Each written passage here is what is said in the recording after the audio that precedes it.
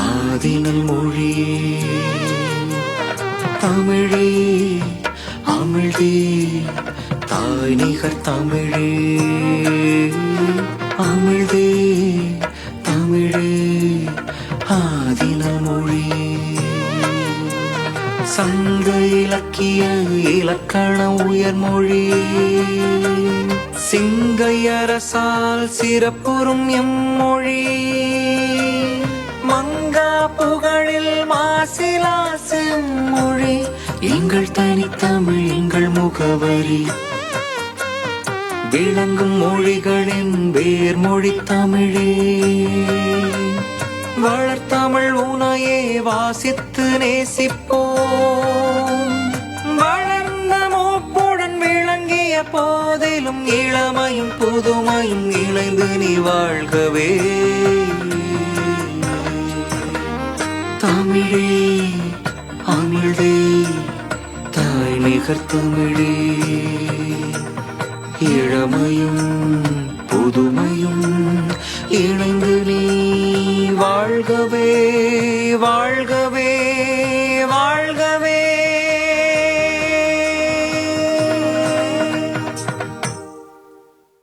லீஷா இலக்கிய மன்றத்தின் செயலாளர் திரு தமீம் அன்சாரி வரவேற்புரை ஆற்றவுள்ளார். இவர் கவிஞர், பாடலாசிரியர், இசையமைப்பாளர், பேச்சாளர் என பன்முக திறமைகளை கொண்டவர். திரு தமீம் அன்சாரி அவர்களை வரவேற்புரையாற்ற அன்போடு அழைக்கிறோம். தலைமை நிர்வாகி திரு அன்பரசு ராஜேந்திரன் ஐயா அவர்களுக்கு வருக வருக என்று வரவேற்கிறேன். கவிமாலையின் காப்பாளராக இருக்கும் ஐயா திரு புதுமை தேனி ஐயா அவர்களையும் வருக வருக என்று வரவேற்கிறேன். கல்வி அமைச்சின் துணை இயக்குனர் திரு மோகன் அவர்களை வருக வருக என்று வரவேற்கிறேன். திருவாட்டி சுப்புலட்சுமி கல்வி அமைச்சின் வழிகாட்டி சிறப்பு ஆய்வாளராக இருக்கிறார். அவர்களையும் வருக வருக என்று வரவேற்கிறேன். மெய்யப்பன் ஐயா அவர்களையும் வருக வருக என்று வரவேற்கிறேன். மற்றும் உட்லண்ட்ஸ் ஐஏசி தலைவர் திரு ஜாஃபர் அவர்களை வருக வருக என்று வரவேற்கிறேன். தேசிய நூலகத்தின் தமிழ் பிரிவு தலைவராக இருக்கக்கூடிய அழகிய பாண்டியன் அவர்களை வருக வருக என்று வரவேற்கிறேன். மற்றும் இந்த நூலை குறித்து அறிமுகம் செய்யவிருக்கும் செல்வி கலைவாணி இளங்கோ, திரு யாழிசை மணிவண்ணன், திருமதி ஸ்வர்ணலதா ஆவுடையப்பன், திரு முகமது ரியாஸ் அவர்களையும் இந்த நிகழ்வுக்கு வருக என்று அன்போடும் மகிழ்வோடும் வரவேற்கிறேன். இந்த நிகழ்ச்சிக்கு திரளாக வந்திருக்கக்கூடிய கங்கா பாஸ்கரன் அவர்களுடைய நண்பர்கள், உறவினர்கள் மற்றும் தமிழ் பாலும் தமிழோடும் கவிதையோடும் இருக்கக்கூடிய இந்த உணர்வையும் இந்த அன்பையும் வெளிப்படுத்துவதற்காக இந்த நூல் அறிமுக விழாவில் கலந்து கொண்டு சிறப்பிக்க அனைவருக்கும் சிறப்பிக்கவிருக்கும் அனைவருக்கும் வருக வருக என்று கூறி இந்த நிகழ்வை நாங்கள் தொடங்கவிருக்கிறோம். நன்றி. இப்பொழுது பாரதியின் கவிதைக்கு தம் இனிய குரல் வழியே உயிர் கொடுப்பதற்காக திரு சேதுராமன் அவர்கள் காத்து கொண்டிருக்கிறார்கள்.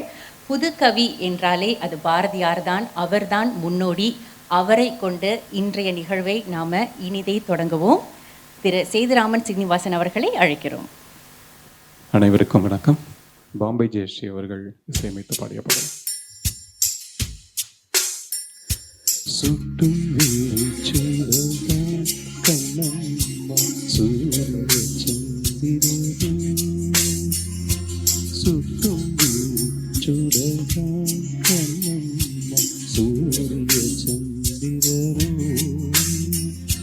சுட்டும் சுடகான் கண்ணம்மா சூரிய சந்திரன் வட்ட கரியவி கண்ணம்மா வட்ட கரிய விழி கண்ணம்மா வாயில கருது சுட்டும் விழி சுடகான் கண்ணம்மா சூரிய சந்திரன் வட்ட கரிய விழி கண்ணம்மா வட்ட கரிய விழி கண்ணம்மா வான கருமை போலோ சுட்டும் விழிச்சூடல்தான் கண்ணம்மா சூரிய சந்திரரும்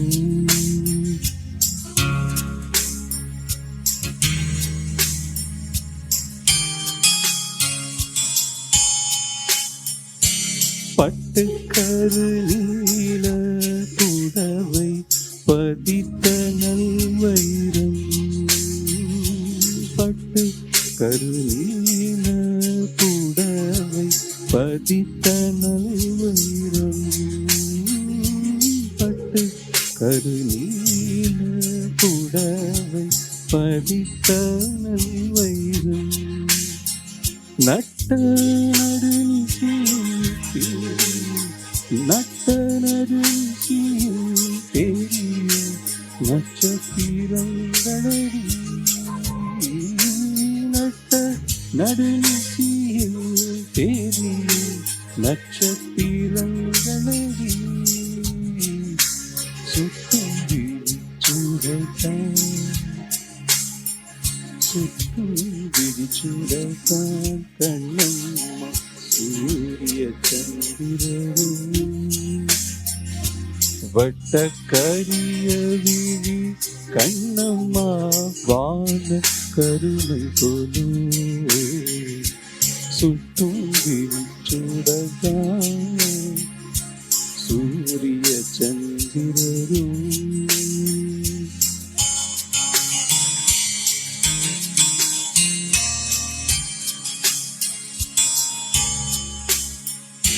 சோலை மலரொளியோ உனது சுந்தர புன்னகைதான் சோலை மலரொளியோ உனது சுந்தர புன்னகைதான் சோலை மலரொளியோ உனது சுந்தர புன்னகைதான் நீல கடலையே உனது நெஞ்சின் அலைகளடி நீல கடலையே உனது நெஞ்சின் அலைகளடி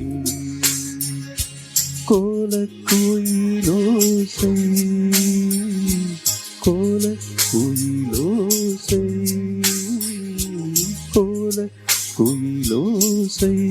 உனது குரல் இனிமயடி கோலக்குயிலோசை உனது குரல் இனிமயடி வாலை குமரியடி கண்ணம்மா வாலை குமரியடி கண்ணம்மா மருவ காதல் கொண்டே வாலை குமரியடி கண்ணம்மா மருவ காதல் கொண்டே சுட்டும் வீழ்ச்சுடத்தான் சுட்டும் வீழ்ச்சுடத்தான் கண்ணம்மா சூரிய சந்திரரும் சூரிய சந்திரரும் வட்ட கரிய விழி கண்ணம்மா வட்ட கரிய விழி கண்ணம்மா வான கருணை போலோ சுட்டும் வீழ்ச்சுடத்தான் சூரிய சந்திரரும் சூரிய சந்திரரும்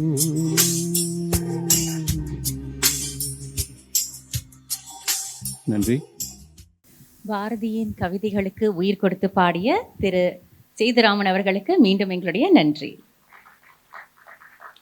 நீர் அளவே ஆகுமாம் நீராம்பல், அதுபோல இந்த நீராம்பல் வாசகரின் பின்புலத்திற்கும் அனுபவத்திற்கும் உகந்ததாகவே அமைகிறது. இந்நூலில் இடம்பெற்றிருக்கும் உணர்வு பூர்வமான கவிதைகள் அனைத்துமே வாசகர்களுக்கு ஏற்ப பொருள்படும். மேலும் இந்நூல் குறித்த சுவைமிகு கருத்துக்களை கேட்கவுள்ளோம். அதற்கு முன்னர் இந்நூல் அறிமுக நிகழ்ச்சிக்கு வருகை புரிந்திருக்கும் நம் சிறப்பு விருந்தினர் சிண்டாவின் தலைமை நிர்வாகி திரு அன்பரசு ராஜேந்திரன் அவர்களை அன்போடு மேடைக்கு அழைக்கிறோம். மேலும் இந்நூல் குறித்து உரையாற்றவுள்ள செல்வி கலைவாணி இளங்கோ, திரு யாழிசை மணிவண்ணன், திருமதி ஸ்வர்ணலதா ஆவடியப்பன், திரு முகமது ரியாஸ் ஆகியோரையும் மேடைக்கு வரும்படி அன்போடு கேட்டுக்கொள்கிறோம். காத்திருப்பின் கணங்கள் நீளும் போதெல்லாம் மனத்தின் கணம் நீராம்பலை பூக்கச் செய்கின்றது. நாம் எல்லோரும் இப்போது இதுவரைக்கும் காத்து கொண்டிருந்த தருணம் வந்துவிட்டது. நீராம்பல் நூல் அறிமுகம் காணவிருக்கிறது. இந்நூல் சென்னையில் சென்ற ஆண்டு டிசம்பர் மாதம் 8ஆம் தேதி சிறப்பாக வெளியீடு கண்டது.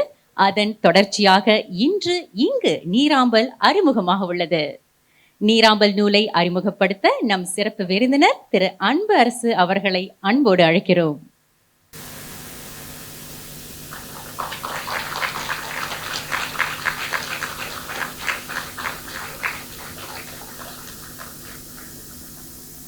நன்றி திரு அன்பரசு. இனி நம் சிறப்பு விருந்தினரின் சிறப்புரை நிகழவிருக்கிறது. சிண்டாவின் தலைமை நிர்வாகி திரு அன்பரசு ராஜேந்திரன் திரு அன்பு என அழைக்கப்படுபவர். சிண்டா எனப்படும் சிங்கப்பூர் இந்திய மேம்பாட்டு சங்கத்தின் தலைமை நிர்வாக அதிகாரியான இவர் கல்வி அமைச்சிலும் முக்கிய தலைமை பொறுப்புகளை மேற்கொண்டுள்ளார். தற்போது இவர் கல்வி நிறுவனங்கள், சமூக அமைப்புகள் என பல்வேறு அமைப்புகளிலும் ஆலோசகராக பொறுப்பேற்றிருக்கிறார். சமூக பணியில் திரு அன்புவிற்கு இருக்கும் ஈடுபாடு அவருக்கென ஒரு அங்கீகாரத்தையும் பல பாராட்டுகளையும் பெற்றுள்ளன. இதில் 2023ஆம் ஆண்டில் சிங்கப்பூரின் 8வது அதிபர் திருமதி ஹலிமா யாக்கூப் அவர்களால் வழங்கப்பட்ட மதிப்புமிக்க சமாதான நீதிபதி நியமனமும், 2015ஆம் ஆண்டு தேசிய தின விருதுகளில் ஒரு பகுதியான பாராட்டு பதக்கம் ஆகியவை அடங்கும். இன்று இவரது தலைமையில் சிண்டா நிலையான மாற்றத்தின் எதிர்காலத்தை நோக்கி தொடர்ந்து பல முன்னெடுப்புகளை செயற்பட்டு கொண்டிருக்கின்றன. இப்போது கல்வித்துறையிலும் சமூக பணியிலும் அயராது தம் பங்கை ஆற்றிக் கொண்டிருக்கும் திரு அன்பு அவர்களை சிறப்புரையாற்ற அழைக்கிறோம்.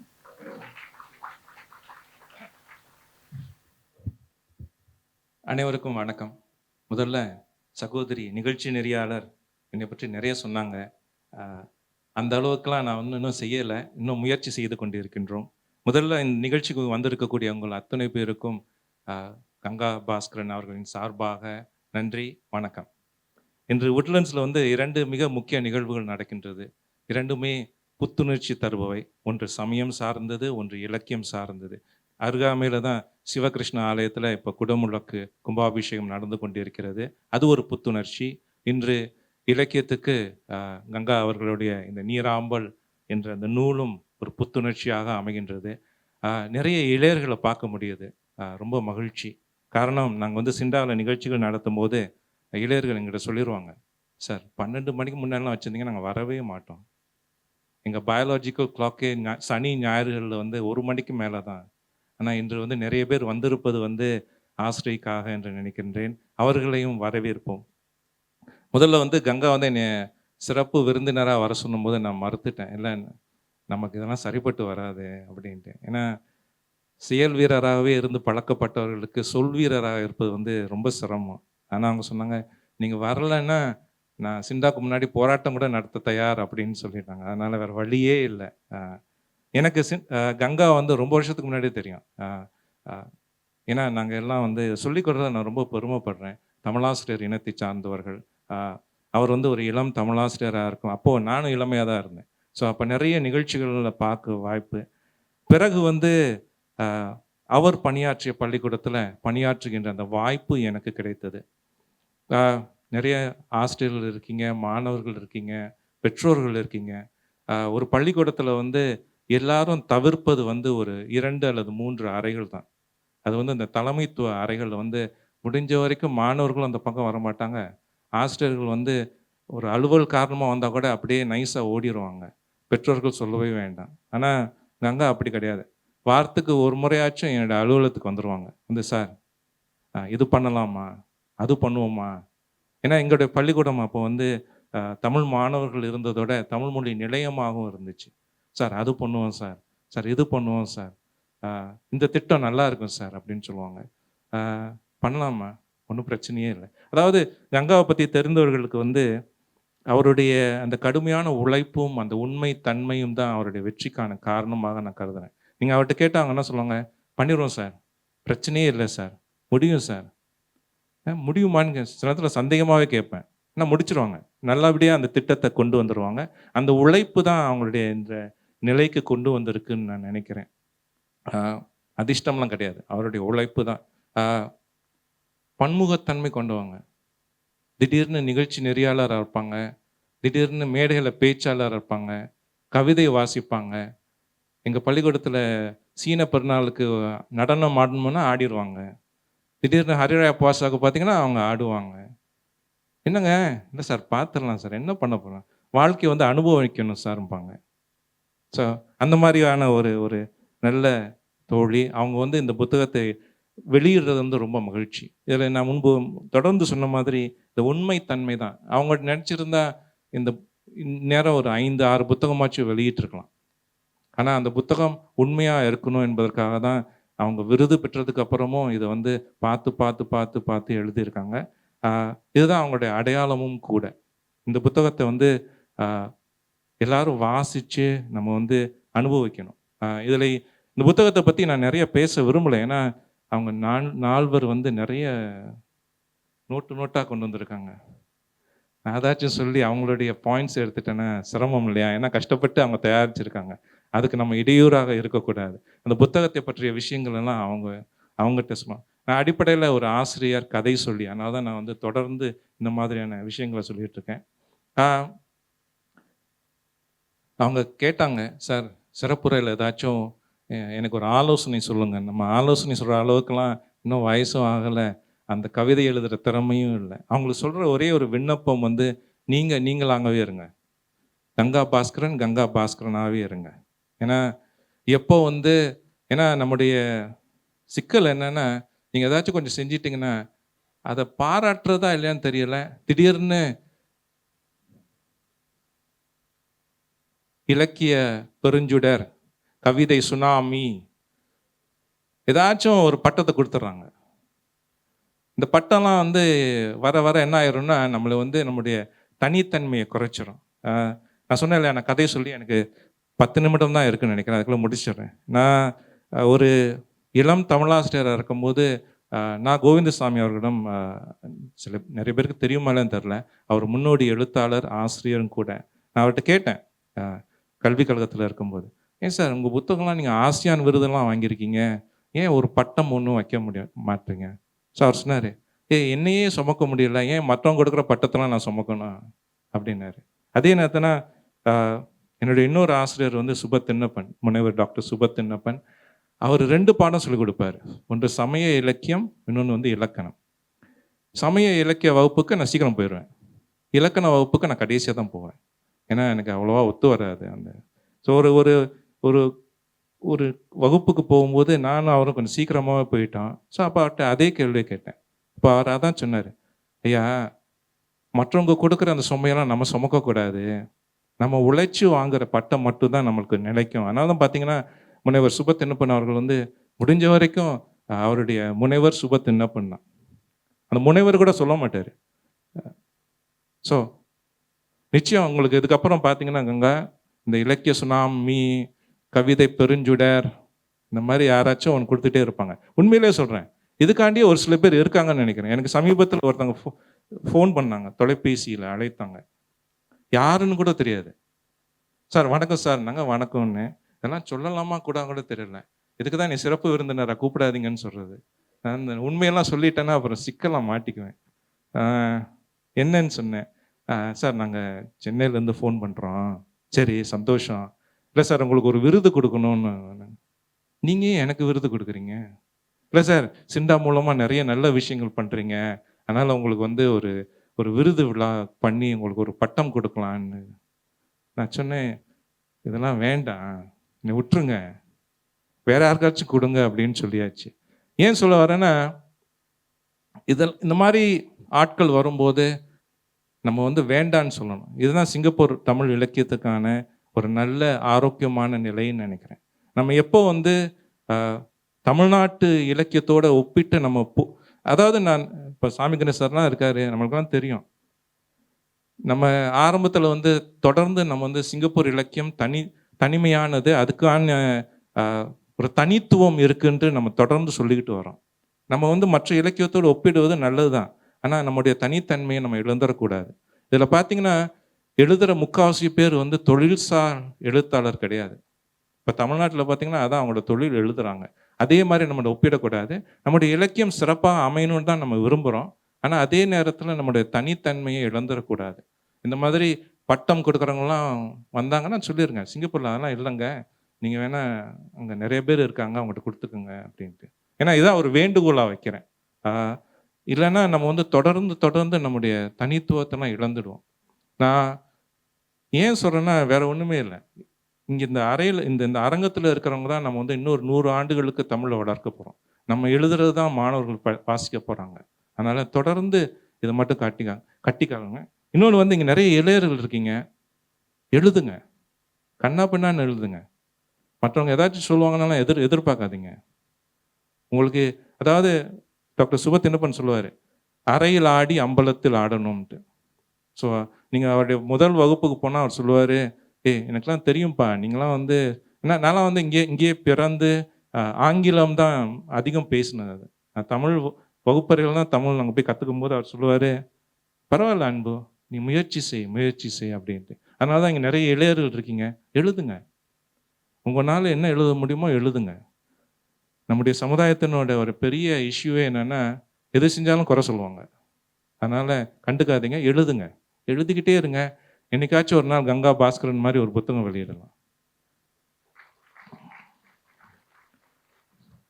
நம்மளை பாராட்டுவதற்கு, நம்முடைய எழுத்தை பாராட்டுவதற்கு நிறைய பேர் தேவையில்லை. ஒருவர் இருவர் போதும். இப்போ என்னுடைய எழுத்தெல்லாம் நான்லாம் எழுதுனேன்னா நீங்களாம் ஓடிடுவீங்க. ஆனால் அதை பாராட்டுறதுக்கு என் மனைவி இருக்காங்க, என் 2 பசங்க இருக்காங்க. ஆக தொடர்ந்து எழுதுங்க. எல்லாருக்கும் வாழ்த்துக்கள். அவ்வளோதான். ஒரு நல்ல நாளாக அமைய அனைவருக்கும் நன்றி. தொடர்ந்து தமிழை வந்து நம்ம தான் கட்டி காக்கணும். தொடர்ந்து இளையர்கள் இருக்கீங்க. இப்போ ஏஐலாம் வந்துருச்சு. ஸோ நீங்கள் ஏஐயில் போய் நீங்கள் ஒரு தமிழ் கவிதை எழுதுனா அதான் எழுதி கொடுத்துரும். ஆனால் அது உண்மை இல்லை. ஸோ நான் நினைக்கிறேன், இன்று நான் இதுக்கப்புறம் எடுத்து செல்கின்ற ஒரே வார்த்தை உண்மைத்தன்மை. எப்படி கங்கா வந்து உண்மைத்தன்மையோடு இது எழுதியிருக்காங்களோ, எப்படி நம்ம எல்லாம் உண்மைத்தன்மையோடு இந்த சமுதாயத்தின் அடுத்த நிலைக்கு கொண்டு போகணுமோ, அதே இதை நம்ம வந்து கட்டி காப்போம். உங்கள் எல்லாருக்கும் நன்றி. ஏதாச்சும் தப்பாக சொல்லியிருந்தால் மன்னிச்சுக்கோங்க, சரிங்களா? ஏன்னா இதுதான் என்னுடைய பெரிய சிக்கல். உண்மை எல்லாத்தையும் சொல்லிடுவேன், அதுக்கப்புறம் அங்கே உட்காந்ததுக்கப்புறம் தான் சொல்லியிருக்கக்கூடாதோ அப்படின்ட்டு ஒரு எண்ணம் வரும்.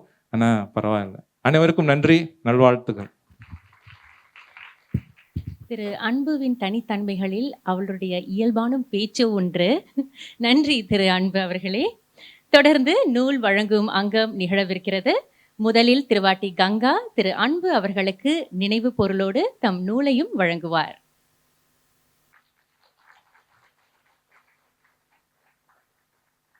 அடுத்ததாக கங்காவிற்கு பல வழிகளில் ஆக்கமும் ஊக்கமும் அளித்தவர்கள் பலர். அவர்களுள் ஒரு சிலருக்கு இன்று இந்நூலை பரிசளிக்க விரும்புகிறோம். தொடக்கமாக கவிஞர் புதுமைத்தேனி அன்பழகன், திருமதி திலகவதி அன்பழகன்.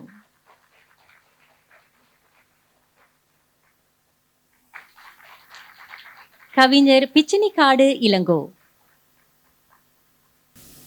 கவிஞர் காத்துமு இக்பால் குமார், திருவாட்டி திரு சாமிக்கண்ணு, முனைவர் சிவகுமாரன்,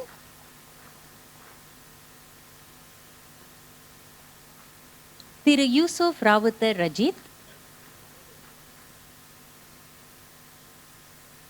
திரு ஹரிகிருஷ்ணன், திரு ஷா நவாஸ், புலவர் பொன்னையன்,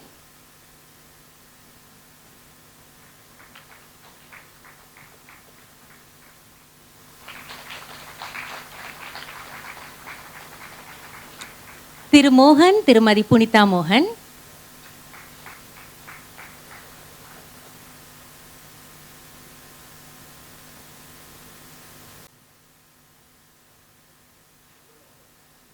முனைவர் ரத்தின வெங்கடேசன், திரு மெய்யப்பன், திரு இறைமதி, நிறைவாக திரு மோகனன்.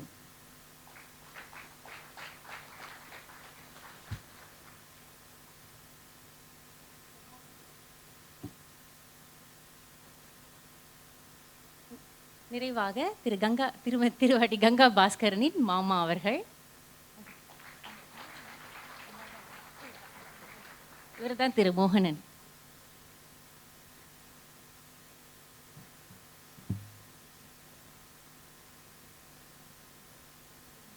நன்றி திரு அன்பு. நூலை அறிமுகம் செய்ய தலைச்சிறந்த பேச்சாளர்கள் காத்து கொண்டிருக்கிறார்கள். தொடக்க கல்லூரியில் தமிழ் ஆசிரியராக பணியாற்றுகிறார். எழுத்து பணியில் அதீத ஆர்வம் உள்ள இவர் இளையர்கள் பலரை எழுத ஊக்கமளித்து வருகிறார். இவருடைய ஊக்கத்தால் மாணவர்கள் பலர் இளமை தமிழ், மாணவர் முரசு, மக்கள் மனம், ஸ்ரங்குன் டைம்ஸ் ஆகிய இதழ்களில் தங்கள் படைப்புகளை இயற்றியுள்ளனர். இவர் தமது எழுத்தாற்றல், பேச்சாற்றல், படைப்பாற்றல் ஆகியவற்றை அடுத்த தலைமுறையினரிடையே வளர்ப்பதில் பெருமிதம் கொள்கிறார். நாளை நமதே என்னும் முழக்க வரியையே தம் குறிக்கோளாக வைத்திருப்பவர் இவர். இப்போது நீராம்பலை குறித்து உரையாற்றவிருக்கிறார் செல்வி கலைவாணி இளங்கோ.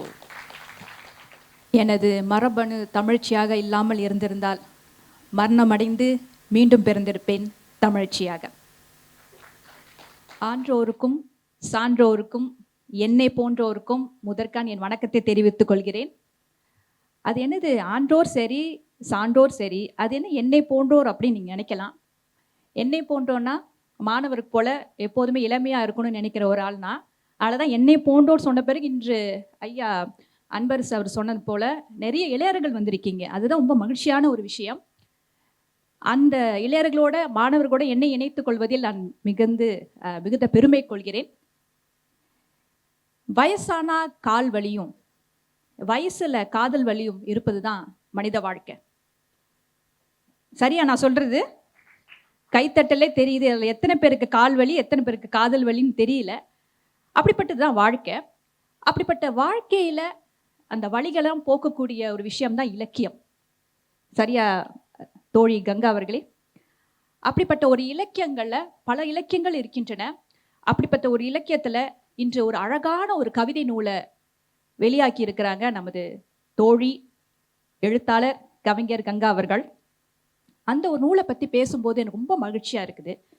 நம்ம எப்போதுமே புத்தகம் அப்படின்னு சொல்ல நம்ம பயன்படுத்துவோம். புத்தகம் என்று சொல்ல பயன்படுத்துறது ஒன்றும் தப்பு இல்லை. இருந்தாலும் ஒரு சரியான ஒரு தமிழ்ச்சொல் பார்த்தீங்கன்னா நூல். சரியா?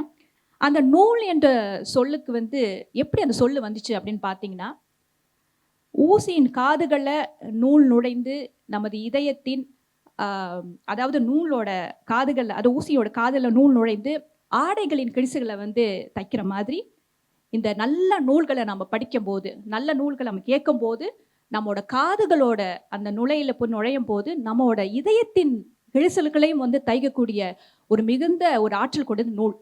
அப்படிப்பட்ட ஒரு கவிதை நூலை திருவாட்டி கங்கா அவர்கள் வெளியாக்கி இருக்கும் போது ரொம்ப மகிழ்ச்சியாக இருக்கிறது.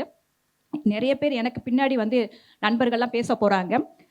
இருந்தாலும் நீராம்பல் என்ற சொல்லு, இந்த கவிதை, இந்த நூலுக்கு அவங்க கொடுத்திருக்க தலைப்பை பத்தி பேசும்போது எனக்கு ரொம்ப மகிழ்ச்சியா இருக்குது.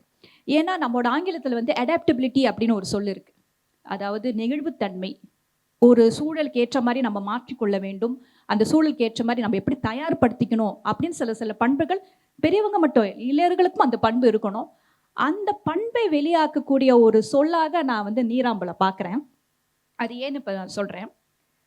அதாவது ஆம்பல் பற்றி சில செய்திகளை நான் படிக்க தொடங்க. நீராம்பலை பற்றி எனக்கு முன்பே எனக்கு சில செய்திகள் தெரியாது. சரி, ஆம்பல்னா என்னன்னு சொல்லிட்டு சில செய்திகளை படிக்கும்போது, ஆம்பல் மலருக்கு மனம் இல்லை அப்படின்னு ஒரு விஷயத்த நான் படித்தேன். ஆம்பல் மலருக்கு வேணா மனம் இல்லாமல் இருக்கலாம், ஆனால் இந்த நீராம்பலுக்கு பல மனங்களில் இடம் உண்டு. பார்த்தீங்கன்னா கைத்தட்டல் முதல் இளையர்கள்ட்டேன்னு தான் வருது. அப்பவே உங்களுக்கு தெரியும் நீராம்பல் என்று சொல் எந்த அளவுக்கு எல்லாரையும் கவரக்கூடிய ஒரு சொல்லாக இருக்கிறது. நீரளவே ஆகுமாம் நீராம்பல், தான் கற்ற நூல் அளவே ஆகுமாம் நுண்ணறிவு. இதற்கு முன்பு நம்மளோட நிகழ்ச்சி நெறியாளர் ரதியா அவர்கள் அவ்வை பாட்டி மூதாட்டி அவளே நமக்கு வழிகாட்டி, அவ்வை பாட்டியோட அந்த சொற்களை பகிர்ந்து கொண்டார்.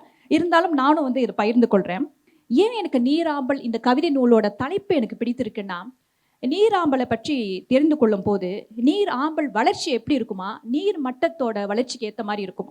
அப்போ அந்த நீர் ஆம்பல் வந்து வளர்வது வந்து நீரை ஒட்டி தான் அது இருக்கின்றது. எதுவரை நீர் இருக்குமோ அதுவரை தான் அது இருக்குமா. அதற்கு பிறகு அது ஒரு 4 அடி வளருவேன், பாகுபலி பிரபாஸ் மாதிரி ஒரு 6 அடி வளருவேன்லாம் பண்ணாதான். அது என்ன செய்யும்னா நீராம்பல் அந்த நீர் மட்டம் உயர உயர தன்னுடைய தண்டு இருக்குல்ல, அதோட தண்டோட அந்த ஒரு நீட்சியை அது வளர்த்து கொள்ளுமா. அதுதான் முன்பு நான் சொன்னது போல அடாப்டபிலிட்டி என்ற ஒரு சொல் பயன்படுத்தினேன் பார்த்தீங்களா. அப்போ அந்த தண்ணிக்கு ஏற்ற மாதிரி தன்னை வளர்த்துக்கொள்ள பொறுமையா இருக்குமா நீராம்பல். அப்ப இந்த சொல்லை வைத்து ஒரு கவிதை நூலை வெளியாக்கும் போது ஆசிரியர் எந்த அளவுக்கு சிந்தித்திருப்பார் அப்படின்னு நினைக்கும் போது எனக்கு ரொம்ப மகிழ்ச்சியாக இருக்கிறது. சரி, இந்த ஆம்பல் வந்து சொன்ன போல ஆம்பல் மலர் உயர்வதற்கு நீர் ரொம்ப முக்கியம். இந்த நீராம்பல் சிறப்பாக இருப்பதற்கு நீர் திருவாட்டி கங்கா அவர்கள் ரொம்ப முக்கியம் அப்படின்னு நினைக்கிறேன். சரி, அடுத்த என்ன சில கருத்துக்கள் வந்து என்ன சொல்லணும்னு நினைக்கிறேன்னா, இந்த கவிதைகள் பொதுவாக வந்து இளையராக இருக்கட்டும் பெரியவராக இருக்கட்டும் இதில் இடம்பெற்ற கவிதைகள் எல்லாருக்குமே பொருத்தமான ஒரு கவிதையாக தான் இருக்குது. ஒரு தனி மனிதன், அதற்கு பிறகு குடும்பம், அதற்கு அப்புறம் சமூகம், அதற்கு அப்புறம் நாடு, உலகம், இப்படி ஒரு மனிதனோட முன்னேற்றம் எப்படியெல்லாம் வந்து இந்த உலகத்தை பாதிக்குது அப்படின்னு அவரோட கவிதைகள்லையும் அவன் எழுத்து மூலியமாகவும் அழகான சொல் வளமும் அது மூலமா அவன் வந்து வெளிப்படுத்தி இருக்கிறாங்க. இதில் பிடித்த சில கவிதைகளை நான் அதாவது பகிர்ந்து கொள்ளணும்னு நினைக்கிறேன். முதல்ல ஆசிரியர் கவனிச்சாங்களான்னு தெரியல, அது அவர் எதர்ச்சியாக கூட அவங்க நினச்சிருந்துருக்காங்க, எழுதியிருக்கலாம். ஒரு 50 கவிதைகள் இருக்கு. அந்த 50 கவிதைகள்ல கிட்டத்தட்ட ஒரு 18 கவிதைகள் பார்த்தீங்கன்னா உயிரெழுத்துக்களை தலைப்புகளாக கொண்டு இருக்குது. ஒரு 50 கவிதைகள்ல 18 கவிதைகள் வந்து உயிரெழுத்துக்களை தலைப்பாக வந்து வைத்து எழுதியிருக்கிறாங்க. இளையருக்கு ஏனே கைத்தட்டுறாங்க, அவங்களுக்கு புரிஞ்சிருச்சு. தமிழ்ல உயிரெழுத்து எத்தனை பிள்ளைகளா? என்னோட 4 பிள்ளைங்க வந்திருக்கிறாங்க. என்னோட 4 பிள்ளைங்க என்பது என்னோட மாணவர்களே நான் பிள்ளைகள் என்று சொல்கிறேன். எத்தனை தமிழ் எழுத்துக்கள் பிள்ளைகளா, அதாவது உயிரெழுத்துக்கள் பிள்ளைகளா? தப்பா சொல்லிடுறாங்க, மானம் வேணும். உயிரெழுத்துக்கள் எத்தனைப்பா? 12. இன்னும் பரவாயில்ல, நம்மளோட கல்லூரி மானத்தை காப்பாத்திட்டீங்க. உயிரெழுத்துக்கள் தமிழ் உயிரெழுத்துக்கள் 12. இங்க ஆசிரியரோட உயிரெழுத்துக்களை கொண்ட தலைப்புகள் 18. அப்ப ஏதோ கூட்டி கழிச்சு பார்த்தா கணக்கு சரியா இருக்கும் போல இருக்குது. 12 × 18 எவ்வளவு ஆசிரியர்? உங்க மானத்தை நான் காப்பாத்துறேன். 216 216. நம்மளோட தமிழ் எழுத்துக்கள் எத்தனை? சரி, அப்ப இந்த இடத்துல ஏதோ ஒரு கணக்கு சொல்ற மாதிரி இருக்குன்னு நினைக்கிறீங்களா? அது 216. 2 + 1 + 6 எவ்வளவு வருது ஆசிரியர்? 9. இன்னைக்கு என்ன தேதி? அப்ப ஏதோ ஆசிரியர் வந்து எழுத்து மூலியமா கணக்கையும் கொண்டு வராரு. ஒரு பக்கம் உயிரெழுத்துக்கள் மெய் எழுத்து புரட்டி உள்ள வராங்க. இது நான் கவனித்த ஒரு சின்ன விஷயம். சரி, அடுத்தது வந்து பாத்தீங்கன்னா எனக்கு பிடித்த சில கவிதைகள்ல ஒரு சின்ன கவிதை தான், ஆனா அதுல நிறைய அர்த்தங்கள் கொண்ட கவிதையா இருக்குது. நம்பிக்கைன்னு சொல்லிட்டு ஒரு கவிதை எழுதியிருந்தாங்க ஆசிரியர். நாளை பொழுது நம் கையில் இல்லை என்ற போதும் அலாரம் வைக்க மறப்பதில்லை நாம். எவ்வளவு ஒரு யதார்த்தமான ஒரு கவிதையாக இருக்குது. ஏன்னா நான் அலாரம் வைக்கிறது இல்லை. ஏன்னா அந்த அடுக்குமாடி கட்டடத்தில் 5 மணிக்கு 6 மணிக்கு 6:30 மணிக்கு ஏதாவது ஒரு அலாரம் அடிக்கும். அதில் நம்ம எழுந்துக்கலாம். நம்ம எதுக்கு அசிங்கமாக கைபேசியால் அலாரம் வைக்கணும் அப்படின்னு இருக்கக்கூடிய சூழல் இருக்குல்ல. சகோதரர் தமிம் அவர்கள் கூட பகிர்ந்து கூட ஸ்னூஸ் பண்ணி சொன்னீங்க. அந்த அலாரம் காலையில் எழுவது, நம்ம எழுந்து வேலைக்கு போகுது, பள்ளிக்கூடத்துக்கு போகுது போன்ற அனுபவங்கள் வந்து எங்கேயோ தூரமாக இல்லை, நம்மோட அனுபவங்கள் தான். அந்த அனுபவங்களை எவ்வளோ அழகா எளிமையா எல்லாருக்கும் புரியும்படி சொல்லியிருக்காங்க பார்த்தீங்களா. அதுதான் அந்த கவிதையோட ஒரு மிகப்பெரிய வெற்றியாக நான் பார்க்கிறேன். ஆசிரியர் அவரோட மிகப்பெரிய வெற்றியாகவும் நான் பார்க்குறேன். அது எனக்கு ஒரு பிடித்த ஒரு கவிதையாக இருக்கிறது. அதுக்கு நம்பிக்கை என்ற ஒரு பேர் வைத்திருக்கு, தலைப்பு வைத்திருக்கு, ரொம்ப மகிழ்ச்சியான விஷயம். அடுத்தது எனக்கு பிடித்த கவிதை என்ன பார்த்தீங்கன்னா, இது ரொம்ப பிடிச்ச ஒரு விஷயம் ஆசிரியர். ஏன்னு சொல்கிறேன், நீல நிற மொழிகள் அப்படின்னு ஒரு கவிதை எழுதியிருக்கிறாங்க. இப்போ நம்ம வாட்ஸ்அப் பயன்படுத்துகிறோம். அந்த வாட்ஸ்அப்பில் வந்து சில பேர் செட்டிங் மாற்றிடுவாங்க. அது ப்ளூ டிக்கா இல்லை அது வந்து கிரே டிக்கான்னு நம்மளுக்கு தெரியல. ஒருவேளை நம்ம படித்திருப்போமோ, நம்ம அனுப்பியிருக்கிற கவிதையை அந்த குறுந்தாக்குள்ள படிச்சிருப்பாங்களோ, இல்லை படிக்காமல் இருந்திருப்பாங்களோ, ஒருவேளை படிச்சுட்டு நம்மளை வந்து ஒதுக்கிட்டாங்களோ, இல்லை படிச்சுட்டு நடிக்கிறாங்களோ, எதுன்னு தெரியாமல் நமக்குள்ளே எத்தனை சிந்தனைகள் வருது. ஒரு குறுந்தகவல் அனுப்பிட்டோம், அந்த குறுந்தகவல் பார்த்துட்டு ஏன் நமக்கு இன்னும் பதில் வரலை என்ற அந்த ஒரு எண்ணப்போக்கை மிக அழகாக ஆசிரியர் சொல்லியிருப்பாங்க. நீல நிற 2 கோடுகளை விட நிறமில்லா 2 கோடுகள் சுதந்திரமாக உலாவுகின்றன வாட்ஸ்அப் உலகில். அப்படின்னா எனக்கு அந்த ப்ளூ டிக்கை விட அந்த மற்ற நிறமே இல்லாத அந்த கோடு இருக்கக்கூடிய அந்த வாட்ஸ்அப் குறுந்தகவல் வந்து எவ்வளோ சந்தோஷமா மகிழ்ச்சியாக இருக்குது அப்படின்னு யதார்த்தத்தை ரொம்ப பதார்த்தமாக கொடுத்துருக்காங்க நம்மளோட ஆசிரியர். நம்மளோட ஆசிரியர் எழுத்தாளரோட அந்த அழகு என்ன தெரியுமா, எல்லாத்தையுமே ரொம்ப யதார்த்தமாக சொல்லுவாங்க. யதார்த்தம் தான் இன்னைக்கு பதார்த்தமாக இருக்கிறது. இன்னைக்கு உலகத்துல, சினிமா உலகத்துல கூட யதார்த்தமான படங்கள் தான் ஜெயிக்குது. சரியா நான் சொல்றது? சில நேரத்துக்கு யதார்த்தம் இல்லாத படங்களும் ஜெயிக்குது. அது ஒரு பக்கம். இப்போ சமீபத்தில் ஒரு படம் வந்து 1000 கோடி எல்லாம் சொல்றாங்க. நமக்கு வந்து தேசிய கொடி மட்டும்தான் தெரியும். 1000 கோடி என்ற இதெல்லாம் எதுவும் தெரியாது. இது இருந்தாலும் நம்மளோட வாழ்க்கையில இருக்கக்கூடிய அனுபவத்தை எளிமையா சொல்லக்கூடிய ஒரு வள்ளல் வந்து இந்த ஒரு கவிதைக்கு இருக்குது. அடுத்தது வந்து எனக்கு பிடித்த இன்னொரு விஷயம் என்ன, நான் சமீபத்தில் வந்து எதிரொலி நிகழ்ச்சியில வந்து தேநீர், அதாவது டீ குடிக்கிறத பத்தி சொல்லியிருந்தேன். நான் தேநீர் பிரியர் இல்லை, தேநீர் வெறியர். அந்த அளவுக்கு தேநீர்னா எனக்கு அவ்வளோ ஒரு இஷ்டம். அந்த தேநீரை பற்றி ஆசிரியர் வந்து இந்த நூலில் வந்து கிட்டத்தட்ட 5 கவிதைகள் எழுதியிருக்கிறாங்க. அந்த 5 கவிதைகள் வெவ்வேறு தலைப்புகளில் இடம்பெற்றிருக்கின்றன. இருந்தாலும் அந்த 5 கவிதைகளையும் ஒரு குட்டி கதையாக நான் வந்து எழுதியிருக்கேன். ரொம்ப எளிமையாக தான் இருக்கும். தேநீருடன் என் பயணம், அது ஒரு தலைப்பு. ஒரு குவளை தேநீர், தேநீரும் மையலும், கைவிடப்பட்ட தேநீர், வெறுமையாகும் தேநீர். இந்த தலைப்புகள் ஒவ்வொரு தலைப்புமே ஒரு விஷயத்தை நமக்கு சொல்லுது. இருந்தாலும் இந்த தலைப்புகளை கூட கொண்டு மாணவர்களோ இளையர்களோ பெரியவர்களோ ஒரு தலைப்பை கூட, ஒரு சின்ன குட்டி கதையை கூட உருவாக்கக்கூடிய ரொம்ப எளிமையான ஒரு விஷயமா இருக்குது. இன்னொரு ஒன்று பார்த்தீங்கன்னா, இவங்களோட தேநீர் பற்றிய கவிதைகளில் வந்து ஒரு கவிதை வந்து ரொம்ப பிடித்திருந்துச்சு. அது வந்து தேநீரும் மயிலும் சொல்லிட்ட ஒரு கவிதை. அதில் வந்து பலவிதமான தேநீரை பற்றி சொல்கிறாங்க. எலும்பிச்சவை தேநீர், அதுக்கப்புறம் வந்து அந்த பிளாக் டீ சொல்லக்கூடிய அந்த தேநீர், அப்படி பலவிதமான தேநீர் வகைகளை காதலோடு அவங்க வந்து ஒன்றிணைத்து அவங்க சொல்லும் போது மக்கள் படிக்கிற வாசகரோட மனதில் ரொம்ப ஆழமாக போய் சேருது. இந்த மாதிரி மாணவர்களுக்கும் சரி பெரியவர்களுக்கும் சரி இது போன்ற எளிமையான கவிதைகள் இருக்க போது நம்மளோட ஐயா அன்பரசு அவர் சொன்னார், எழுதுங்க, எப்படி வேணாலும் எழுதுங்க, ஆனால் எழுதி கொண்டே இருக்க வேண்டும். ஏன்னா அந்த எழுத்து தான் நமக்கு ஒரு மிகப்பெரிய ஒரு உந்துதலாக இருக்கும். நமக்கு பல எழுதும் போது பல சவால்கள் இருந்திருக்கும். இப்போ ஆசிரியர் கூட, நான் ஆசிரியரோட பணியாற்றிய எனக்கு அனுபவத்தில் நிறைய விஷயங்களை நம்ம பேசியிருக்கோம், கவிதைகளை பற்றி பேசியிருக்கோம், நிறைய சவால்களை பார்த்துருக்கோம். ஆனால் சவால் என்று சொல்லுக்குள்ள தான் வாசல் என்று சொல்லும் ஒளிந்திருக்குது. அந்த சவால்களை மீறி இன்று ஆசிரியர் மிகப்பெரிய ஒரு கவிதை நூலை வந்து படைத்திருக்கிறார் என்றால் அவர்கள்ட்ட நம்ம கற்றுக்க ஒரு விஷயம் அடாப்டபிலிட்டி. சூழலுக்கு ஏற்ற மாதிரி நம்ம மாற்றிக்கொள்ள வேண்டும், இருக்கக்கூடிய சிந்தனைகளை அழகாக முன்வைக்க வேண்டும். இன்னைக்கு வந்து எழுத்தாளர் கங்கா அவர்களை போல இன்னும் பல நம்மளோட படைப்பாளர்கள் முன் வந்து நிறைய கவிதைகள் கட்டுரைகளை எழுத வேண்டும். அந்த ஒரு உந்துதலை வந்து ஆசிரியர் நீராம்பல் என்ற அந்த நூல் மூலயமா தெரிவித்ததில் எனக்கு ரொம்ப ரொம்ப மகிழ்ச்சி. இன்னும் ஒரு சின்ன ஒரு செய்தி, நானே பேசிட்டு இருந்தேன்னா பாவம், எனக்கு பிறகு 3 சகோதர சகோதரிகள் எனக்கு காத்து கொண்டிருக்கிறார்கள். குருதி போல் தமிழ் நம் உயிரிலே ஓட வேண்டும், உறுதியான தமிழ் உணர்வு உள்ளத்தில் உதிக்க வேண்டும், தமிழ் என்ற புள்ளியில் நாம் ஒன்றாக இணைய வேண்டும், தமிழ் எடுத்து தமிழ் தொடுத்து தமிழோடு கலக்க வேண்டும், தமிழ் மொழி போல் வேறு எந்த மொழியும் இல்லை, தமிழின்றி நாம் இல்லை, தமிழ் பேச்சு எங்கள் மூச்சு, நாளை நமதே. நன்றி. நன்றி செல்வி கலைவாணி. நிச்சயமாக அவர்கள் பேசிய பேச்சு வந்து நூலை போல் நம்ம செல்வி வழியே பாய்ந்து இதயத்தை தைத்திருக்கும். சரி, அடுத்ததாக பாதங்களை வெளியே நீட்டியபடி தொட்டிலுக்குள் உறங்குகிறது குழந்தை, வரிசையாய் 10 குடைக்காளான்கள் என்னும் கவிதை வரிகளுக்கு சொந்தக்காரர். தேவதைகள் தூவும் மழை, கூடுதலாய் ஒரு நுழைவுச்சீட்டு, பஞ்சு மிட்டாய் பூக்கும் மரம், குடை காளான்கள் துளிர்க்கும் வீடு என்று 4 கவிதை நூல்களை வெளியிட்ட திரு யாழிசை மணிவண்ணன் நீராம்பல் குறித்து இதோ பேசவிருக்கிறார்.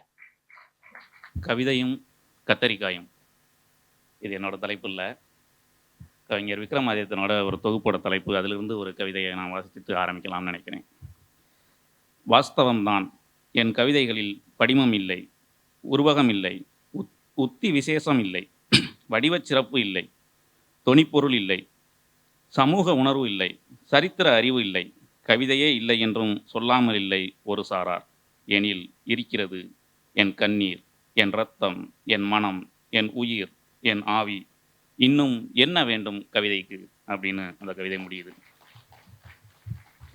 அவர் வந்து என் கவிதைகளில் படிமம் இல்லை அப்படின்னு தான் தன்னோட முதல் வரியையே ஆரம்பிச்சிருக்காரு. கங்காவோட தொகுப்பில் உள்ள அந்த முதல் கவிதையோட தலைப்பை பார்த்தா படிவம் அறியா கவிதைகள் அப்படின்னு தான் அந்த தலைப்பு இருக்குது. கிட்டத்தட்ட அந்த இந்த கவிதை குறித்த பிரச்சனைகள் வந்து விக்ரமாதித்யனுக்கும் இருக்குது, கங்காவுக்கும் இருக்குது, எனக்கும் இருக்குது என்பதை சொல்லிக்கொண்டு சரி நம்ம புத்தகத்துக்குள்ளே போகலாம். கவிதை குறித்து பேசுவது என்பதே ஒரு சுக அனுபவம்னு நான் நினைக்கிறேன். சிங்கப்பூரில் நிறையவே அது நடந்து கொண்டிருக்கிறது. இன்னும் நிறையவே நடக்க வேண்டும் என்று நான் எதிர்பார்க்கிறேன். சிங்கப்பூர் கவிதைகள் கடந்த 10 ஆண்டுகளில் மேன்மை அடைந்திருப்பதாகவே நான் உணர்கிறேன். நிறைய பேர் எழுதுகிறாங்க, புதிய முகங்கள் வந்திருக்காங்க. பரவலாக பேசப்படக்கூடிய கவிதை தொகுப்புகள் வெளியீடு பண்ணியிருக்கிறாங்க சிங்கப்பூர்லேருந்து. அதனால் சிங்கப்பூர் கவிதைகள் வந்து மிக வேகமாக வளர்ச்சி அடைவதாகவே நான் நம்புகிறேன். அதற்கு சிங்கப்பூர் கவிஞர்களுக்கு என் வாழ்த்துக்கள். என்னோட கவிதை ஒன்று இருக்குது. நான் கடைசி வரியிலிருந்து கவிதைகளை வாசிப்பவன் அப்படின்னு இருக்குது. அப்படியே நான் கடைசி வரியிலிருந்து வாசிப்பவன் அப்படிங்கிற கவிதை, அப்படி அந்த கவிதை என்னோட கவிதை மாதிரியே நான் அந்த புத்தகத்துலேயும் ஒரு கடைசி கவிதை எடுத்து பார்த்தேன். அதில் வேண்டுவன என்கிற தலைப்பில் வந்து கங்கா வந்து பொய் வேண்டேன் புகழுரை வேண்டேன் அப்படின்னு 2 வரி எழுதியிருக்காங்க. அங்கிருந்தே நம்ம பேச ஆரம்பித்தாலே மிகவும் சரியாக இருக்கும் என்று நினைக்கிறேன். அதுதான் வந்து ஒரு படைப்பாளருக்கு தேவையானது. பொய்யோ புகழுரையோ இல்லாமல் ஒரு நேர்மையான ஒரு விவாதத்தை, ஒரு உரையாடலை அவங்களுக்கு நம்ம கொடுத்தோம் அப்படின்னா அவங்க அதன் மூலமாக தன்னை மெருகேற்றிக் கொள்வார்கள் என்று நம்புகிறேன். கவிதையை அணுகும் முறை இருக்குல்ல, அது வந்து பெருசாக வந்து ஒரு மருத்துவ உபகரணங்களோடு, ஒரு அறுவை சிகிச்சை உபகரணங்களோடு ஒரு மருத்துவன் கவிதையை அணுகுவது போல் அணுக வேண்டியதில்லை. ஒரு சக நண்பனை சந்திப்பது போல் ரொம்ப இயல்பாக சந்திக்கணும் அப்படின்னு நான் நினைக்கிறேன். நிறைய பேர் வந்து ஒரு கவிதையை வந்து கட்டுடைக்கிறது அந்த மாதிரியான இதில் நம்ம ஃபஸ்ட்டு கவிதையை சந்திக்கிறப்போ புதுசாக வாசிக்கிறவங்க, புதுசாக எழுத வர்றவங்க அந்த மாதிரியான ஒரு இதோடவே ஒரு கவிதையை பார்க்க வேண்டியதில்லை. முதல்ல கவிதை வந்து மனசுக்கு நெருக்கமாக இருக்கா அப்படின்னு பார்க்கணும். கவிதை வந்து உணர்வுகளின் பிரதி. அதனால் வந்து அது உணர்வுகளை எந்த அளவுக்கு வந்து நமக்கு எடுத்து சொல்லுது அப்படின்னு பார்க்கணும். அதன் பிறகு தான் அதோட மேற்கொண்டு அதோட தொழில்நுட்பமாக நம்ம பார்க்க வேண்டியிருக்குது. தொகுப்பு வந்து காலச்சுவடு வெளியீடாக வெளிவந்திருக்கிறது. காலச்சுவடோட வழக்கமான பாணியிலேயே இந்த தொகுப்பும் இருக்கிறது. அவர்களுடைய அவர்களுக்கென்று அந்த பதிப்பகத்துக்கென்று ஒரு பாணி இருக்கிறது. அது மாதிரியே இந்த புத்தகமும் இருக்கிறது. அது ரொம்ப நல்லா இருக்குது. எண்ணுரை எழுதியிருக்காங்க இவங்க. நான் சொன்னேன் இல்லையா, அந்த படிமம் குறித்த முதல் கவிதை, அது வந்து அவங்க எண்ணுரை அப்படின்னு எழுதியிருக்காங்க. அதில் வந்து கவிதைகளோட தன்மைகளை பற்றி சொல்லிட்டு அந்த கவிதைகள் எனக்கானவை அப்படின்னு முடிச்சிருக்காங்க. கவிதைகளை சமூகத்துக்கும் அவர் தொடர்ந்து எழுதுவார் என்று நான் எதிர்பார்க்கிறேன். அப்புறம் வந்து உயிர்த்தழல் அப்படிங்கிற கவிதையில் வந்து உயிர்த்தழல் அப்படிங்கிற ஒரு கவிதை இருக்குது. அதில் வந்து அகலிகையை பற்றின ஒரு சித்திரம், அகலிகையை பற்றின அந்த கதை உங்களுக்கெல்லாம் தெரியும்னு நினைக்கிறேன். அதை பற்றின சித்திரமும் அந்த கவிதையில் இருக்கிறது. அதுலேயும் வந்து ஆண்களை ரொம்ப தாக்கியிருக்காங்க. சக ஆண்கள் சார்பாக நான் என் கண்டனத்தை தெரிவிச்சுக்கிறேன். அப்புறம் வந்து ஒற்றை சிறகு அப்படிங்கிற கவிதை இருக்குது. ஒற்றை சிறகு என்கிற கவிதை கிட்டத்தட்ட இந்த கவிதை, இந்த தொகுப்பு ஃபுல்லாகவே சிறகு அதிகமாக, சிறகு, ஒற்றை சிறகு, பறவைகள் சார்ந்து கொஞ்சம் அதிகமான சொற்கள் திரும்ப பயன்பட்டு இருக்குது. ஒற்றை சிறகு என்ற கவிதை வந்து நம்ம பிரமிழை ஞாபகப்படுது. நம்ம நிறைய தடவை அந்த கவிதையை கேட்டிருக்கோம். அதனால் அந்த கவிதையில் இவங்க கூடுதலாக ஒரு வரியை சேர்க்கிறாங்க. செவிகளை திறந்து பாருங்கள் அப்படின்னு சொல்கிறாங்க. செவிகளை திறத்தல் அப்படின்னு சொல்கிறாங்க. சும்மா எதையுமே பார்க்குறதோடவே இல்லாமல் நம்ம காது கொடுத்து கேட்டோம்னா, இந்த ஜென் தத்துவத்திலலாம் சொல்லுவாங்களே, ஒரு ஓவியத்தை வந்து தொடர்ந்து ரொம்ப ஆர்வத்தோடு வரைந்தால், ரொம்ப அதீத நெருக்கத்தோடு வரைந்தால் அது வந்து அந்த ஓவியத்துக்கு உயிர் இருக்கும். ஒரு மலரை வரைந்தால் அதுலேருந்து வாசம் வரும் அப்படின்லாம் ஒரு சொல்லாட்சி இருக்குது. அந்த மாதிரி இவங்களோட ஒற்றை சிறகு வந்து செவிகளை திறந்து கேளுங்கள், அது ஏதோ சொல்லும் அப்படிங்கிற மாதிரி சொல்கிறாங்க. அது ரொம்ப நல்லா இருக்குது. அப்புறம் வந்து பிரிவு பற்றியும் ஒரு கவிதையில் சொல்லும்போது, இணைந்து பயணிப்பது மட்டுமா காதல் அப்படின்னு சொல்கிறாங்க. பிரிந்திருப்பதிலும் ஒரு காதல் இருக்குது அப்படின்னு சொல்கிறாங்க. இதை சொல்வதற்கு ஒரு பக்குவம் வேண்டும். ஒரு பிரிவு அப்படின்னா நம்ம வந்து பிரிவு உழன்று ரொம்ப சோகமாக தான் நம்ம சொல்லிக்கிட்டு இருப்போம். ஆனால் பெரும்பாலும் அப்படி தான் நிறையா படித்து பார்த்துருக்கேன் இதுவரையும் பிரிவு பற்றி. இவங்க சொல்லியிருக்க அந்த இணைந்து பயணிப்பது மட்டுமா காதல், பிரிந்திருப்பதும் காதல் என்ற ஒரு கவிதை முடிவது ரொம்ப நல்லா இருக்குது அந்த கவிதை வாசிக்கிறதுக்கு. அடுத்த கவிதையில் வந்து இறைச்சல், இரவில் நடக்கும் இறைச்சலை பற்றி சொல்கிறாங்க. நீ வந்து பேசிக்கிட்டாவது இரு. எப்படி இன்னும் பிரிவு, அதுவும் பிரிவு பற்றின ஒரு கவிதை தான். பிரிவை வந்து நம்ம தொடர்ந்து வரப்போகுது. நம்ம அதன் பிறகு தனியாக தான் இருப்போம். ஆனால் சண்டை போடுற ஒரு இறைச்சலாவது இந்த இரவில் இருக்கட்டும் அப்படிங்கிற மாதிரியான ஒரு வேண்டுதலாக ஒரு கவிதை இருக்குது.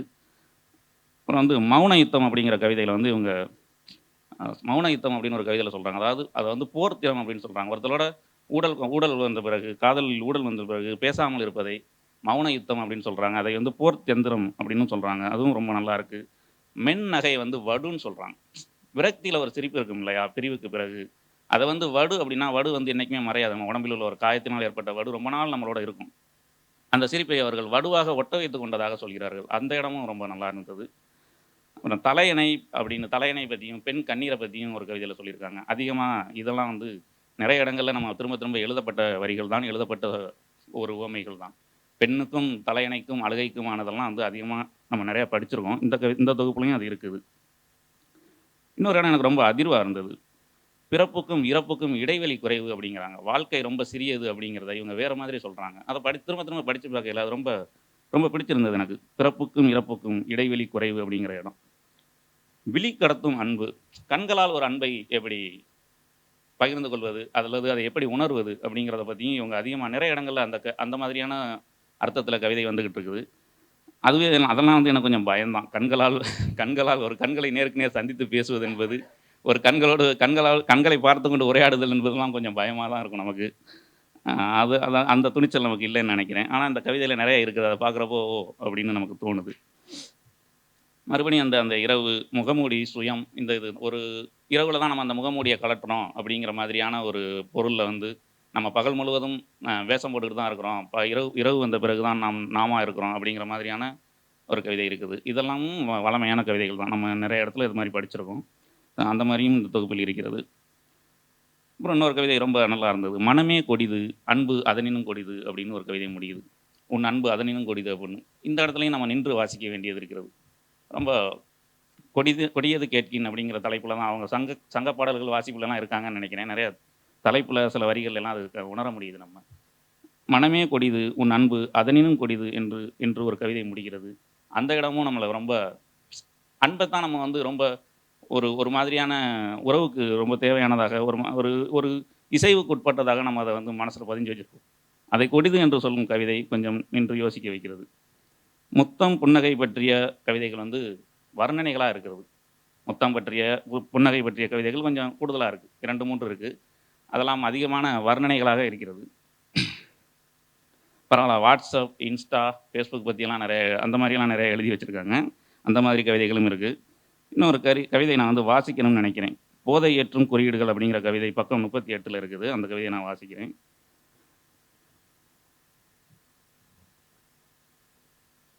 பாவனை சொற்களுக்கு மதிமயங்கும் உள்ளம் ஒருபோதும் தராசு முல்லை உற்று நோக்குவதில்லை.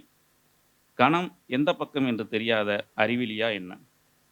போதம் ஏற்றும் உணர்ச்சி குறியீடுகள் அக்கணத்தை நேர் செய்வதை உள்ளூர ரசிக்கத் தொடங்கும் நொடியில் ஒரு துரோகம், ஒரு கயமை, ஒரு சமாதானம் பூக்கத் தொடங்குகிறது. இது வந்து இந்த கவிதை எனக்கு ரொம்ப பிடிச்சிருந்தது. இந்த தொகுப்பில் வந்து இந்த கவிதை எனக்கு ரொம்ப பிடிச்சிருந்தது. உறவுகளுக்குள் இருக்கும் ஒரு பிரச்சனையை வந்து ரொம்ப எளிதாக, அதாவது ஒரு ஒரு ஒரு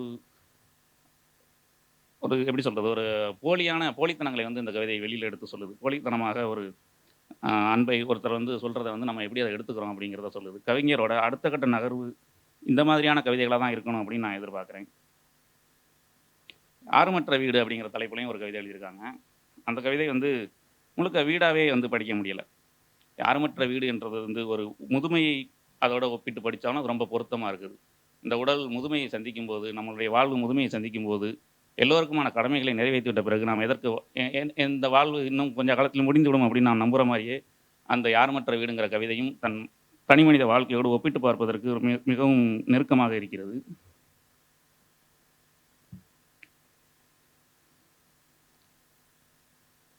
இன்னொரு கவிதையில் வந்து அவங்க வந்து சிங்கப்பூரில் வந்து வாழ்வை சிங்கப்பூரில் வந்து பொருள் நிமித்தமாக வந்து இருக்கிற வெளிநாட்டு ஊழியர்களை பற்றிலாம் காதல் பற்றி எழுதியிருக்காங்க.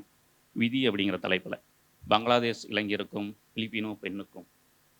எத்தனை தடவை நம்ம வந்து இந்தியர் என்பதில் பெருமிதம் கொள்வோம் அப்படின்னு சொல்லியிருக்கோம். நீங்களும் இந்தியராக இருந்திருக்கீங்க, ஏன் இந்தியரை விட்டுட்டீங்க நீங்கள் அப்படின்னு நான் கேட்க. பங்களாதேஷுக்கு பதிலாக கூட நீங்கள் இந்தியரை கூட போட்டிருக்கலாம். இந்தியர்களுக்கு காதல் வரக்கூடாதா என்ன? பார்த்தீங்களா எப்படி பதில் ரெடியாக வச்சுருக்காங்க அப்படின்னு. சரி, ஓகே. அதை பற்றின எனக்கு விமர்சனம் ஒன்றும் இல்லை, சும்மா ஒரு இதுக்காக சொன்னேன்.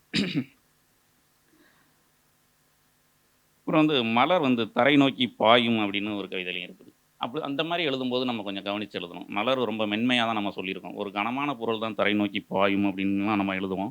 கொஞ்சம் மெல்லிய பொருள் வந்து அது மெதுவாக தான் இறங்கி வரும். அந்த மாதிரி எழுதும்போது நம்ம அதை கொஞ்சம் கவனமாக பார்த்துக்கணும். இந்த மாதிரிலாம் இது வந்து சரியாக இருக்குமா அப்படிங்கிறதும் உண்டு. அப்புறம் வந்து அவளும் நானும் அப்படிங்கிற கவிதையில் தன்னோட மகளை பற்றி எழுதியிருக்காங்கன்னு நினைக்கிறேன். இதில் ரொம்ப எனக்கு பிடிச்ச ஒரு விஷயம் இருக்குது, நான் வாசித்தே காமிச்சிடுறேன். அதாவது நிகழ்காலத்தில் வாழ்தல் அப்படிங்கிறத பற்றி அவங்க எழுதியிருக்காங்க. அந்த நடுவில் உள்ள வரி மட்டும். அந்த நொடி வாழ்க்கையை அடுத்த நிமிடத்திற்கு தள்ளாதவள், நேற்றைய சுமையை இன்றைக்கு கொண்டு செல்லாதவள் அப்படின்னு ஒரு 4 வரி இருக்கிறது. இது ரொம்ப பிடிச்சிருக்கு. நீங்கள் வந்து ஜப்பானிய நூல் ஒன்று இருக்குது, இக்கியே அப்படின்னு ஒரு நூல் இருக்குது. அதில் வந்து குமாரசாமி அப்படிங்கிற ஒரு மொழிபெயர்த்திருக்காரு தமிழில். அந்த நூல் இதை தான் சொல்லுது, நீங்கள் அந்த கணத்தை வாழுங்கள் அப்படின்னு சொல்லுது. நீங்கள் வந்து நம்ம பெரும்பாலும் என்ன பண்ணுறோம், நேற்றைக்கு உள்ளதை பற்றின கவலையும், எதிர்காலத்தை பற்றிய பயத்தையும் நிகழ்காலத்தில் நினச்சி நம்ம இந்த நிமிடத்தை வாழாமல் விட்டு விடுகிறோம் என்பதை அந்த நூல் ரொம்ப ஆணித்தரமாக சொல்லுது. நீங்கள் நினச்சி பாருங்க, தேநீர் குடிக்கிறதே வச்சுக்குவோம். ஒரு சூடான தேநீர் சாப்பிட்றோம். நமக்கு நிறைய பிரச்சனை இருக்குது. ஆனால் அந்த தேநீரை சாப்பிட்றப்போ நம்ம என்ன பண்ணுவோம்? இந்த தேநீர் நம்மளை சுட்டுக்கிடவும் கூடாது, ஆறிவிடவும் முன்னாலே நம்ம பருகிடணும் அப்படிங்கிற மாதிரி அதை கிட்ட கொண்டு போவோம். நீங்கள் கிட்டே கொண்டு போகும்போது உங்களுக்கு தலையில் வேறு எந்த பிரச்சனையுமே உங்களுக்கு தோணாது. நம்ம அதிகமான நம்ம கவனக்குவிப்பை அந்த தேநீர் மீது வைத்திருக்கிறோம். அப்படிங்கிறப்போ நம்ம ரொம்ப மற்ற விஷயங்களை மறந்து விடுவோம். அந்த மாதிரி அந்த அந்த கணத்தை வாழ்தல் என்பது அதுதான் அப்படின்னு அந்த புத்தகம் சொல்லுது. அதை அவங்க இந்த அவங்க கவிதையிலையும் இதை பதிவு பண்ணி வச்சுருக்காங்க. கணத்தை வாழ்தல் அப்படிங்கிறது அது ரொம்ப முக்கியம். அது தேவைன்னு நினைக்கிறேன்.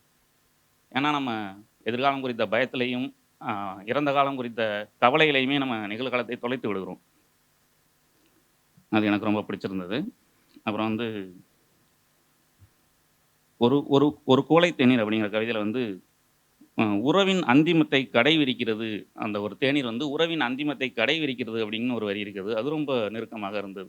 ஒரு உறவு முடிய போவதை ஒரு தேநீர் வந்து தனியாக தேநீர் பருகும்போது இந்த உறவு அந்திமம் முடிய போகுது அப்படிங்கிறத அந்த தேநீர் சொல்கிற மாதிரி எழுதியிருந்தாங்க. அந்த வரையும் நல்லா இருந்தது. கவிதைக்குள்ள வந்து தொகுப்புகளை வந்து வண்ணதாசன், நகுலன், தேவதேவன்லாம் இருக்காங்க. அதனால் நம்ம ரொம்ப காத்திரமாக விமர்சித்திட முடியாது. பெரிய கவிஞர்கள்லாம் தொகுப்புல இருக்கிறாங்க. அப்புறம் தேநீருக்கும் மையலுக்குமான கசப்பு அப்படின்னு ஒரு கவிதையில் சொல்லியிருக்காங்க. இது ஒரு சினிமா பாடலில் கூட இந்த மாதிரி இருக்குதுன்னு நினைக்கிறேன். காதல் என்பது காப்பி போல் ஆறிப்போனால் கசக்கும் அப்படின்னு ஏதோ ஒரு விஜய் பாட்டில் இருக்குது. உங்களுக்கு தெரிஞ்சிருக்குன்னு நினைக்கிறேன். அதெல்லாம் வந்து இந்த தொகுப்பு பற்றிய பார்வைகள். நிறைய இடத்துல வந்து அது சொன்ன மாதிரி உயிர்த்தழல், சிறகு, பிரிவு இது சம்பந்தமான கவிதைகள் அதிகமாக இருக்கிறது. அப்புறம் கண்கள் பேசும் மொழி என்பதும் அதிகமாக இருக்கிறது. வேறு வேறு மாதிரி இருக்கிறது. அதெல்லாம் நிறைய இருக்கிறது. கவிதையோட கட்டுமானம், செய்நேர்த்தி, தொழில்நுட்பம் அதை பற்றியெல்லாம் நான் ரொம்ப பேசலை. அது நிறைய இருக்குது. எனக்கே அந்த பிரச்சனை இருக்குது. நான் அதற்கு உதாரணத்துக்கு ஒரு கவிதையை வாசிக்கிறேன். என்னோட ஒரு கவிதையை வாசிக்கிறேன். அதே மாதிரி இன்னொரு கவிதையும் வாசிக்கிறேன். இந்த 2 கவிதையும் எப்படி வேறுபடுது என்பதை நீங்கள் கொஞ்சம் பாருங்கள். ஒரு 2016 வாக்கில் நான் எழுதின ஒரு கவிதை இருக்கிறது. சலவை செய்த கைக்குட்டையை தவற விட்டு விட்டார் கடவுள், அதோ பறந்து வருகிறது ஒரு கொக்கு. அவ்வளோதான் நான் எழுதினது. இதை வந்து சமீபத்தில் வெளிவந்த மாயப்பாறை அப்படிங்கிற அப்படிங்கிற தொகுப்பில் வந்து கவிஞர் மதாரோட கவிதை ஒன்று இதே பொருளில் வேறு மாதிரி இருக்குது. அந்த கவிதை எப்படி இருக்கிறது அப்படின்னு பார்ப்போம். என் கைக்குட்டை பறந்தது காற்றில், தலையிலிருந்து வானத்தில். இதுவரை நான் வாய் துடைத்தது ஒரு சிறகின் முனையில். சட்டைப்பையில் ஒளித்து வைத்திருந்தது ஒரு பறவையை அப்படின்னு அந்த கவிதை முடியுது. கிட்டத்தட்ட இரண்டுமே ஒரே ஒரு மையப்பொருளை பறவையை வந்து கைக்குட்டையாக சொல்கிற ஒரு கருப்பொருளை ஒட்டிய கவிதைகள் தான். ஆனால் நான் வந்து ஒரு 3 வரியோடு அந்த கவிதையோட ஆன்மாவை முடித்து கொண்டேன். அவர் வந்து அதை இன்னும் கொஞ்சம் நீட்சி செய்திருக்கிறார். கவிதை அதை அனுமதிக்கிறது. கவிஞர்கள் அந்த மாதிரி எந்த ஒரு கவிதையை எப்படி முடிக்க வேண்டும் என்பதில் நாம் ரொம்ப கவனமாக இருக்க வேண்டும் அப்படின்னு நான் நினைக்கிறேன். இதை தான் வந்து தொழில்நுட்பம் என்று சொல்வது, செய்நேர்த்தி, கவிதையை முடிக்க வேண்டிய ஒரு அனுபவம். எவ்வளோ தூரம் நம்மளோட வாசிப்பு அனுபவம் இருக்கும். நான் இன்னொரு தடவை இந்த மாதிரி கவிதை எழுதுகிறப்போ நான் அந்த மாதிரி முடிக்க மாட்டேன்னு நான் நம்புகிறேன். இன்னும் கொஞ்சம் அந்த கவிதைக்கான சாத்தியங்கள் என்ன இருக்குது அப்படின்னு நான் தேடி பார்க்க ஆரம்பிப்பேன். அதேபோல் எல்லா கவிஞர்களும் அப்படி முயற்சிக்கணும் அப்படிங்கிறது என்னோட வேண்டுகோளாக இருக்குது. போதும்னு நினைக்கிறேன். முடிச்சிருவோம். அது மாதிரியே அந்த எல்லாரும் சொன்ன மாதிரி அந்த நீராம்பலோட உயரத்தை கங்கா என்கிற பேருக்கு அது ரொம்ப பொருந்தும். ஏன்னா கங்கா என்பதும் ஒரு நீர் சார்ந்த பெயர் என்பதால் அந்த அளவுக்கு அவருடைய வாசிப்பும் அவருடைய சிந்தனையும் இருக்கும் பட்சத்தில் அவருடைய நீராம்பல்கள் இன்னும் உயர பூக்கும் என்று சொல்லி வாய்ப்புக்கு நன்றி கூறி விடைபெறுகிறேன். நன்றி, வணக்கம். சான்றோர்கள் கூடியிருக்கும் இந்த அவைக்கு என் பணிவான வணக்கங்கள். திருமதி கங்கா பாஸ்கரன் அவர்களுடைய நீராம்பல் தொகுப்பை பற்றிய எனது பார்வையை, எனது புரிதலை உங்களுடன் பகிர்ந்து கொள்ளும் முன்பு நான் அவர்களுக்கு மிகப்பெரிய நன்றி சொல்ல கடமைப்பட்டிருக்கிறேன். ஏன்னா அவங்க என்னை அணுகினப்போ என்கிட்ட என்ன சொன்னாங்கன்னா, நான் இந்த மாதிரி ஒரு கவிதை தொகுப்பை வெளியிட்டிருக்கேன், நீங்கள் அதை பற்றி பேசணும், ஆனால் உங்களுடைய பார்வை ஒரு கவிஞருடைய பார்வையாக இருக்க வேண்டிய அவசியம் இல்லை, அந்த மாதிரி பேசுறதுக்கு கவிஞர்கள் வராங்க, அதனால் உங்களுக்கு என்ன புரிஞ்சுதோ அதை நீங்கள் வந்து பகிர்ந்துக்கிட்டீங்கன்னா ரொம்ப சந்தோஷம் அப்படின்னாங்க. உண்மையிலே எனக்கு அது ரொம்ப பெரிய விடுதலை. ஏன்னா நான் கவிஞர் கிடையாது. கவிஞர்களுடைய உலகத்தை வெளியிலிருந்து வேடிக்கை பார்க்குற ஒரு சாமானிய வாசகி. அந்த சாமானிய வாசகியுடைய புரிதல் என்ன என்பதுதான் எனது இந்த பேச்சின் நோக்கமாக இருக்க போகிறது. இதுக்கு முன்னாடி நான் ஒரு சில நூல் அறிமுகங்களில் சொன்ன விஷயம்தான். ஒரு நல்ல புத்தகம் எப்படி இருக்கணும்னா, படித்து முடிச்சுட்டு அந்த பக்கம் வச்சுட்டு நம்ம நிம்மதியாக இருக்க விடக்கூடாது. கொஞ்சம் உழண்டுக்கிட்டே இருக்கணும். நம்ம படிச்சது சரிதானா அப்படின்னு திரும்ப போய் படிக்கணும். அதுல படித்த ஒரு வரி ஒரு வார்த்தையை நம்ம பல இடங்கள்ல போய் தேடணும். பல புத்தகங்கள்ல, கூகுள்ல இப்படி போய் தேட செய்யற ஒரு புத்தகம் மிகச்சிறந்த புத்தகம்.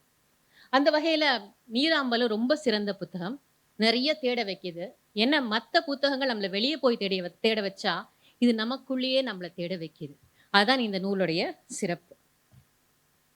ஒற்றை சிறகு தன்னோடு ஒரு கவிஞனை, ஒரு காதலியை, ஒரு காதலனை, ஒரு தாயை, ஒரு சிறுமியை சுமந்து கொண்டு அலைவதை நீங்கள் பார்த்திருக்கிறீர்களான முதல் கவிதையில் எழுதுறாங்க. உண்மையிலே சொல்றேன், முதல் கவிதை தொடங்கி 50வது கவிதை படித்து முடிக்கும் போது இந்த மாதிரி பல முகங்களை சுமக்கும் ஒரு ஒற்றை சிறகாக நீங்கள் உணர்வீர்கள். அடுத்ததாக, ஒரு நாணயத்துக்கு 2 பக்கம். அந்த மாதிரி மனிதனுடைய மனத்துக்கு பல பக்கம், பல கோணங்கள். அது நேரத்துக்கு நேரம், தருணத்துக்கு தருணம், சந்தர்ப்பத்துக்கு சந்தர்ப்பம், எதிரில் இருக்கிற மனிதருக்கு மனிதர் மாறிக்கிட்டே இருக்கும். அதுதான் நிதர்சனம். அந்த நிதர்சனத்தை தான் இந்த நூல் பேசுகிறது. கவிஞர் ஒரு கவிதை வடிக்கும் போது அன்று அவருக்கு என்ன மனநிலையோ அதை அவங்க ரொம்ப நேர்மையா பதிவு செய்யறாங்க. வேறொரு நாள் வேறொரு கவிதை எழுதும் போது மனநிலை மாறி இருந்தால் மறைக்காமல் அதையும் பதிவு செய்கிறார்கள். அந்த நிதர்சனம் தான் இந்த நூலோடு நம்மளை ஒன்றி போக வைக்கிறது. ஒரு ஒற்றை சிறகு ஒரு இடத்திலிருந்து விடுபட்டு பற்றற்ற நிலையில ரொம்ப சுதந்திரமா உலா வரும்போது என்னென்ன வர்ணஜாலங்கள்லாம் காட்டுதுன்னு எழுதும்போது, அடடா இதான வாழ்க்கை, இப்படி ஒரு வாழ்க்கை இருந்தா நல்லா இருக்குமேன்னு ஒரு எண்ணம் நமக்கு தோணுது. முதல் கவிதையில் அப்படி எழுதினவங்க கடைசி இறுதி கவிதை வேண்டுவனை எப்படி முடிக்கிறாங்கன்னா, சாக்காடு போகும்போது ஊரார் கூடி எழுப்பும் அழுகை, சாக்காடு போகும்போது ஊரார் கூடி எழுப்பும் அழுகை, மறைந்த பின்னும் என்னை மறவாத நல்லுள்ளங்கள் வேண்டும் அப்படின்னு முடிக்கிறாங்க. இதான் மனுஷன் இல்லையா? நமக்கு பற்றற்ற நிலையும் வேணும், பற்றுள்ள மனிதர்களும் வேண்டும், அப்பப்ப தனிமையும் வேண்டும், அப்பப்ப நமக்கு பிடித்த ஒரு பெருங்கூட்டமும் வேண்டும். இந்த மாதிரி நமது மனதின் எல்லா கோணங்களையும் எடுத்து காட்டுகிற மிக இயல்பான எளிமையான ஒரு தொகுப்பு நீராம்பல். இந்த தொகுப்புல என்னை ஈர்த்த இன்னொரு கவிதை இனிக்கும் இரவுகள். பிதற்றல்கள் இல்லா சொற்களின் வண்ண ஓவியங்கள் அரையெங்கும் நாட்டியமாடும் இரவை விட, பிதற்றல்கள் இல்லா சொற்களின் வண்ண ஓவியங்கள் அரையெங்கும் நாட்டியமாடும் இரவை விட பகல் எப்போதும் இனிப்பதில்லைன்னு இரவின் பால் தனது விருப்பத்தை அழகா பதிவு செய்யறாங்க. இதை படிச்சப்ப எழுத்தாளர் பிரபஞ்சனுடைய கண்ணீரால் காப்போம் என்ற நாவல்ல இருக்கிற ஒரு வரி ஞாபகத்து வந்தது. இரவை ஒரு சொல்லாக மாற்றலாம், மிக எளிமையான மிக இருண்ட சொல்லாக. அந்த சொல் நான். உண்மையில இருட்டுல நம்மளுடைய எல்லா பயம் தயக்கம் எல்லாம் போயிடும். நமக்குள்ள இருக்கிற பயமும் வெளியே வரும், தைரியமும் வெளியே வரும், இருட்டும் வெளியே வரும், வெளிச்சமும் வெளியே வரும். இப்படி எந்தவித தயக்கமும் இல்லாமல் நாம இருக்கிற ஒரு பொழுது அந்த இரவு. அந்த இரவின் பால் அவருக்கு இருக்கும் அந்த விருப்பத்தை அந்த இடத்துல பதிவு செய்யற அதே நேரத்துல கங்கா எழுதுறாங்க, நாளைய பொழுது நம் கையில் இல்லை என்ற போதும் அலாரம் வைக்க மறப்பதில்லை நாம். அப்போ பகல் மேல இருக்கிற ஒரு நம்பிக்கை, ஒரு எதிர்பார்ப்பு, அதையும் இன்னொரு கவிதையில பதிவு செய்யறாங்க. அப்போ இருட்டுக்காக ஏங்கும் முகமும் என்னுடைய முகம்தான், பகலுக்காக காத்திருப்பதும் என்னுடைய முகம்தான். ரொம்ப அழகா பதிவு செய்திருக்கிறது. அந்த பதிவு செய்த கவிதைகள் இந்த தொகுப்பில் இருக்கிறது. அடுத்ததாக, பெண் படைப்பாளிகளுடைய நீங்க படைப்புகளை பார்த்தீங்கன்னா ஏதோ ஒரு இடத்துல எப்படியாவது பெண் விடுதலைக்கான தேடல், காத்திருப்பு, போராட்டம் எப்படியாவது வெளியே வந்துடும். அந்த பெண் விடுதலையை ஒரு ஆண் அணுகுவதற்கும் ஒரு பெண் அணுகுவதற்கும் நிறைய வித்தியாசம் உண்டு. நல்லதோர் வீணை செய்தே அதை நலங்கேட புழுதியில் எரிவந்துடோன்னு ஒரு ஆண் பேசிடுவான். அதாவது பெண்ணை ஒரு உயர்வான இடத்துல இருந்து அப்படி இருந்த நான் இனி இப்படி ஆயிட்டேமான ரொம்ப அழகா கம்பேர் பண்ணி எழுதிடுவான். பெண் அப்படி எழுதுறது இல்லை. தயவு செஞ்சு என்ன வீணையாவும் பார்க்காத, தூசியாவும் பார்க்காத, சக மனுஷியா பார், அது போதும் அப்படிங்கிறதான் ஒரு பெண்ணுடைய எண்ணம். அந்த எண்ணத்தை இவருடைய உயிர்த்தெழல் என்ற கவிதை ரொம்ப அழகா வெளியே கொண்டு வருது. மாகாளி மாரியம்மன் கொற்றவை என கொண்டாடி தீர்த்து, மாகாளி மாரியம்மன் கொற்றவை என கொண்டாடி தீர்த்து, உன் குலம் தடைக்க படையிலிட்டது போதும், ஓடாத கால் கொண்டு உயிர்த்து வர புறப்படுகிறேன், வாழ்த்த வழியில் நிற்காதே, தயவு செஞ்சு கிளம்பி போடு, என்ன நானா இருக்க விட அது போதும் அப்படிங்கிறதான் ஒரு பெண்ணுடைய எதிர்பார்ப்பு. இந்த கவிதையை படிச்சப்ப நான் எப்பவோ படிச்ச ஒரு மொழிபெயர்ப்பு கவிதை, மலையாளத்தில் இருந்து தமிழுக்கு மொழிபெயர்க்கப்பட்ட கவிதை, ரோஸ்மேரி என்பவரால் எழுதப்பட்ட ஒரு கவிதை, அது நினைவுக்கு வந்தது. எனக்கு உன்னிடம் இருந்து கேட்டு வாங்க வரங்கள் எதுவும் இல்லை, உனது ஒளியால் நிரப்பிக்கொள்ள இதய வறுமையும் எனக்கில்லை. ஒரு சக்கரவர்த்தி இன்னொரு சக்கரவர்த்தியை சந்திப்பதை போல், ஒரு நண்பன் மற்றொரு நண்பனை சந்திப்பதை போல் சம உணர்வுடன் வா. இதுதான் ஒரு பெண்ணுடைய எதிர்பார்ப்பு. சரி, அப்போ இந்த விடுதலையை பெண்ணுக்கு கொடுத்து விட்டால் பெண் முழுமையாக சுதந்திரமாக உணர்கிறாளா அப்படின்னு அதுவும் கிடையாது. பெண்ணுக்கு 2 இடத்துல இருந்து விடுதலை தேவைப்படுது. ஒன்று, ஆண்கள், சமூகம், இந்த மாதிரி வெளியிடங்கள்ல இருந்து அவளுக்கு விடுதலை. இன்னொன்று, அவளுடைய எண்ணங்கள்ல இருந்தே அவளுக்கு ஒரு விடுதலை தேவைப்படுது. அதுதான் உண்மை. எனக்கு ஒரு மகன் பிறப்பான், அவன் என்னை போலவே இருப்பான்னு ஆசைப்படுற எத்தனையோ ஆண்களை நம்ம பார்த்துட்டோம். ஆனா எந்த பெண்ணுமே இன்னைக்கு வரைக்கும் என் மகன் என்ன மாதிரி இருக்கணும் இன்னைக்கு வரைக்குமே ஆசைப்படுறதில்லை. என் மகள் என்னுடைய சாயலில் இல்லை என்பதே ஆசுவாசம் அளிக்கிறது என்ற வரிகளுடன் துவங்கும் அவளும் நானும் என்ற கவிதை படிக்கும்போது கொஞ்சம் வலிக்கத்தான் செய்கிறது. ஆனா அதான் உண்மை. அந்த நொடி வாழ்க்கை அடுத்த நிமிடத்துக்கு தள்ளாதவள், அந்த நொடி வாழ்க்கை அடுத்த நிமிடத்துக்கு தள்ளாதவள், உடன் இருப்பவர்கள் இல்லாமல் போனாலும் உலகம் இருண்டதென புலம்பாதவள் அப்படின்னு தன்னிடம் இல்லாத தன் மகளிடம் இருக்கும் குணங்களை அவங்க பார்க்குறாங்க, எழுதுறாங்க. எனக்கு என்ன தோணுச்சுன்னு நமக்கு தெரியுது இல்லை, நம்ம கிட்ட என்ன இல்லைன்னு தெரியுது, அவகிட்ட என்ன இருக்குன்னு தெரியுது, ஏன் நாம் அதை பின்பற்றக்கூடாதுன்னு ஒரு எண்ணத்தை இந்த கவிதை எனக்கு, இந்த வரிகள் எனக்குள்ள தூண்டியது. என்னிலிருந்து நெடுந்தூரம் சென்ற அவளின் பாதச்சுவடுகளில் நான் இல்லை என்பதே வாழ்வு அப்படின்னு முடிச்சப்ப ஏன் நாம் அந்த பாதச்சுவடுகளை பின்பற்றக்கூடாது? என்னைக்கு அந்த சுவடுகளோடு இணைந்து நான் நடக்கிறேனோ அன்றுதான் நான் முழு சுதந்திரம் அடைந்ததாக கருதுவேன்கிற ஒரு எண்ணத்தை இந்த கவிதை ரொம்ப அழகாக ஆழமாக எனக்குள்ள பதிச்சிருக்கு. அடுத்ததாக மறக்க விரும்பாத உண்மைன்னு ஒரு கவிதை. இதை படிச்சப்ப எனக்கு கம்பராமாயணத்தில் உள்ள ஒரு பாடல், ஒரு காட்சி ஞாபகம் வந்தது. என்னன்னா, ராமனுடைய அம்பு தைத்து ராவணன் இறந்து கிடப்பான். அந்த அம்பு அவ்வளவு துளையிட்டு போயிருக்கும் உடம்பு முழுக்க. அவ மண்டோதரி பார்த்து நினைப்பா, இந்த அம்பானது உயிரை மட்டும் தேடி போன மாதிரி தெரியல, எங்கேயாவது ஒரு மூலையில சீதையை பற்றிய காதல் ஆசை அவனுக்குள்ள இருந்தா அதை எப்படியாவது வெளியே கொண்டு வந்து ரொம்ப ஆழமாக துளைத்து போன ஒரு அம்பாக அவளுக்கு தெரியும். அந்த மாதிரி இந்த கவிதையை படித்தப்போ, ஒவ்வொரு வரியை படித்தப்போ, இது என்ன பத்தியதா, இது நானா இருக்கக்கூடாது அப்படிங்கிற ஒரு பயத்தோட ஒரு வலியோட படித்த ஒரு கவிதை இந்த கவிதை. காட்சி என்னன்னா, நம்முடைய பெற்றோர்களை நாம கொண்டு போய் முதியோர் இல்லத்துல சேர்க்கிறோம். நமக்கு தெரியுது அது தப்புன்னு, ஆனா அதை சேர்ப்பதற்கு நம்ம பக்கத்துல ஒரு நியாயத்தை கொண்டு வரோம்ல, ஒரு சாக்கு போக்கு சொல்றோம் இல்லையா, அதுதான் இந்த கவிதையோடைய கரு. எனக்கு தெரிஞ்சு இப்படி ஒரு கவிதையை நம்மை மாதிரி ஒரு நடுத்தர வயது உள்ளவர்களால் தான் எழுத முடியும். இன்றைய தலைமுறை ரொம்ப பிராக்டிக்கல். இங்க பார், என்னால பார்க்க முடியாது, என்கிட்ட காசு இல்லை, நேரம் இல்லை, தயவு செஞ்சு கிளம்பிப்போன்னு சொல்லிட்டு அதை பத்தி பெருசா வருத்தப்படாம போயிடுவாங்க. நமக்கு உறுத்துது. அப்ப நம்ம என்னெல்லாம் சாக்குகள் சொல்றோம் அப்படிங்கிறத அந்த கவிதை. இருள் பிரியா வேளையிலே இமைத்திறக்கா நேரத்திலே, இருள் பிரியா வேளையில் இமைத்திறக்கா நேரத்தில் மழலையர் இல்லத்தில் விட்டு விட்டு மடமடவென்று நீ சென்ற நாட்களை மறக்க முடியவில்லை, என்னை சைல்ட் கேர்ல விட்டல அப்படின்னு முதல் குற்றச்சாட்டை வைக்கிறோம். அப்போ உள்ள இருந்து மனசாட்சின்னு ஒன்று சொல்லுது, டேய், அன்னைக்கு உனக்கு கிடைச்ச நண்பன் தானே இன்னைக்கு வரைக்கும் நீ வச்சிருக்க, எவ்வளோ பர்த்டே பார்ட்டிஸ், எவ்வளோ கொண்டாட்டம், எவ்வளோ சந்தோஷமா போயிருக்க, ஞாயிற்றுக்கிழமை கூட பையை தூக்கிட்டு நான் சைல்ட் கேர் போன நாட்கள் எல்லாம் நமக்கு ஞாபகம் வந்துட்டு போகும், ஆனா சொல்ல மாட்டோம். அதுக்கடுத்து விரும்பிய பெண்ணை மணக்க உன் விரல் அசைவுக்கு காத்திருக்க, விரும்பிய பெண்ணை மணக்க உன் விரல் அசைவுக்கு காத்திருக்க, வீடு வாங்க தயாரா என வாழ்க்கைக்கு தயார் செய்த உன் வாய்ச்சொல்லை மறக்கவில்லை. இதே கேள்வியை தான் அந்த பொண்ணோட அப்பாவும் கேட்டாங்க. அப்ப கம்முன்னு தான் இருந்த அப்படின்னு உள்ள இருந்து இன்னொரு சத்தம் வரும், ஒண்ணுமே செய்ய முடியாது. பேத்தி பிறந்த செய்தியை கூறிய போது பணிப்பெண் எப்போது வருகிறார் என்ற உன் பக்குவ பேச்சிய நினைவை விட்டு அகலவில்லைன்னு அடுத்த குற்றச்சாட்டு வைக்கிறோம். அதுக்கு 1 வருஷத்துக்கு முன்னாடி வீடு வாங்கியிருப்போம். ஃபோன் பண்ணி சொல்லுவோம், ரெனோவேஷனுக்கே நிறைய செலவாயிருச்சு, அதனால இப்ப கூப்பிடல, அடுத்த வருஷம் கூப்பிடுற அப்படின்னு ஒரு சாக்கு போக்கு சொல்லி அவர்களை கூப்பிடாமல் இருந்த அந்த நாட்களும் ஞாபகம் வரும்.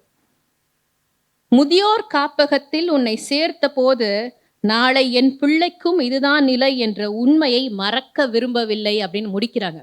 ஆனா மனசாட்சி ஒத்துக்காது. என் பிள்ளை அப்படிலாம் பண்ண மாட்டான், அதை எப்படி பண்ணுவான், அதை எப்படி பண்ண முடியும், எவ்வளவு செஞ்சிருக்கேன் அப்படின்னு ஒரு சத்தம் வரும் பாருங்க. அதுதான் இந்த கவிதையோடைய கருப்பொருள். ஆக இந்த மறக்க விரும்பாத உண்மைகளுக்கிடையே மறைக்க விரும்புகிற பல உண்மைகளும் வெளியே வந்துட்டு போறதா இதோடைய சிறப்பு.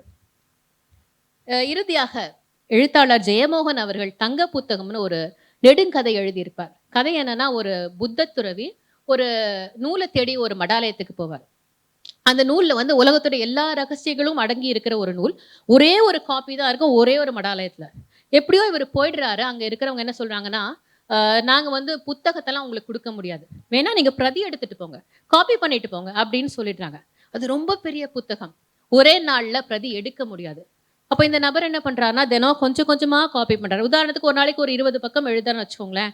அடுத்த நாள் போய் பார்க்குறப்ப 20வது பக்கத்துல இவர் எழுதினதுக்கும் அதில் இருப்பதுக்கும் சம்பந்தமே இருக்காது. வேறொரு விஷயத்த எழுதியிருக்கும். 3வது நாள் போய் பார்த்தா வேறொரு கோணத்துல இருக்கும்.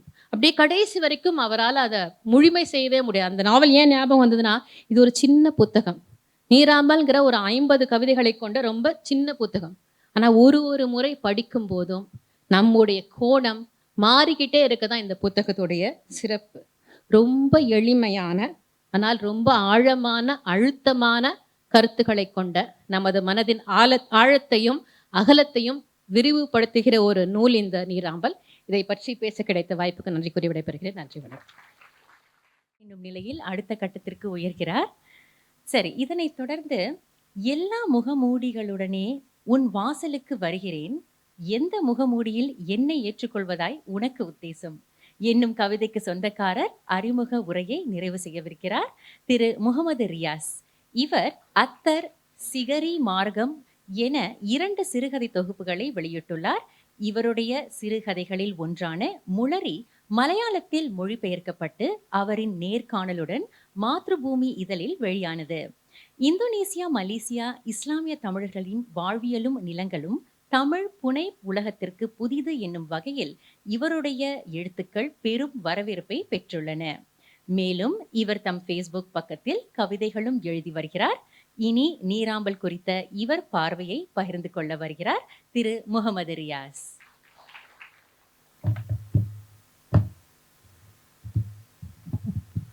நண்பர்கள் அனைவருக்கும் என்னுடைய வணக்கத்தை தெரிவித்துக் கொள்கிறேன். கடைசியில் வரவருக்கு ஒரு பிரச்சனை இருக்குது.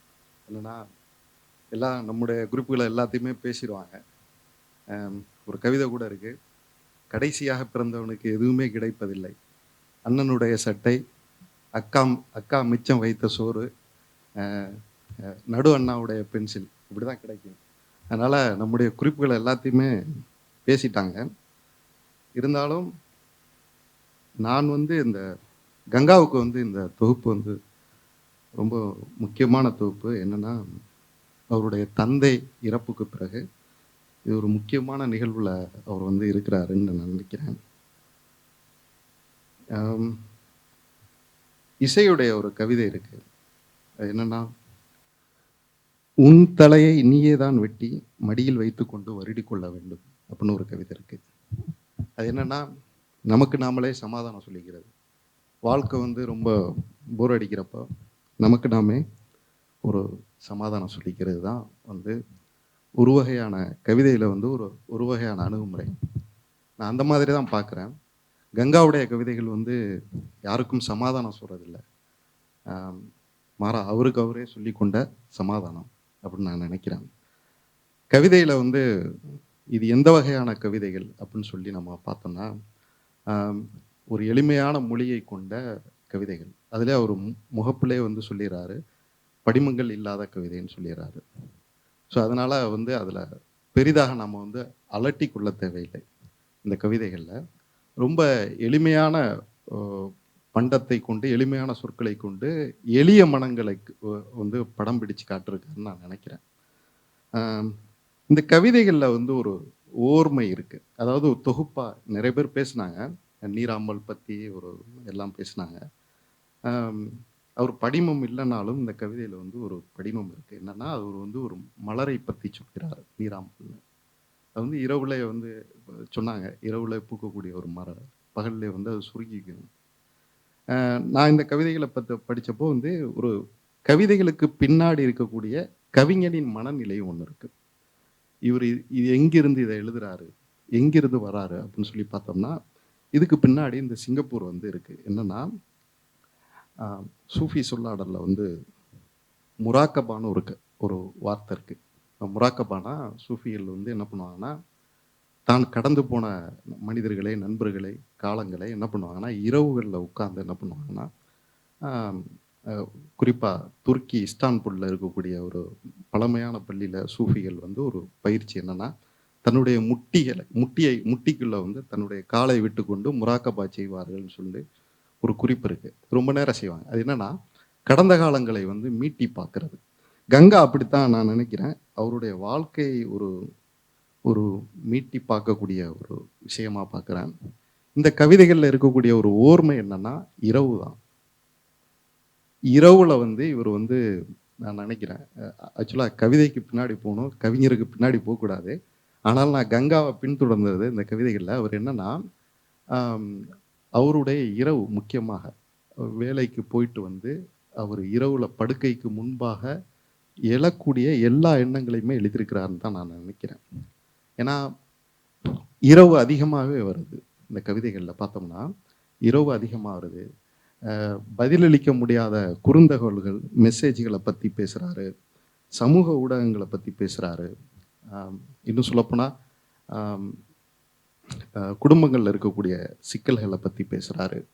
அதனால அந்த இரவுல ஒரு அன்றாடங்களை பற்றி ஒரு அன்றாடங்களுடைய சேகரிப்பாக தான் நான் இந்த கவிதைகளை பார்க்குறேன். ஆமாம், ரொம்ப படிமங்கள், ரொம்ப சுற்றி அந்த புரியாத மொழிகளில் எழுதுறதை விட ரொம்ப எளிமையான மொழியில் எல்லோருக்கும் புரிகிற மாதிரி ஒரு சாமானியனுக்கு ஒரு கவிதை தொப்போட இது வந்திருக்கிறாரு. நான் வந்து அந்த மாதிரி தான் நான் பார்க்குறேன்.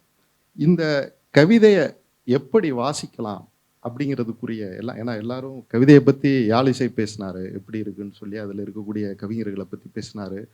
ஆனால் நான் இந்த கவிதையை நான் எப்படி வாசிக்கலாம் அப்படின்னு நான்ங்கிற ஒரு பார்வையை தான் நான் இங்கே வந்து முன்வைக்கலாம்னு நான் இருக்கிறேன். ரெண்டாவது வந்து கவிதையை வந்து எனக்கு வந்து தவறாக எடுத்துக்கக்கூடாது. ஆண்களை விட பெண்களுக்கு வந்து உகந்த பண்டம் வந்து கவிதை.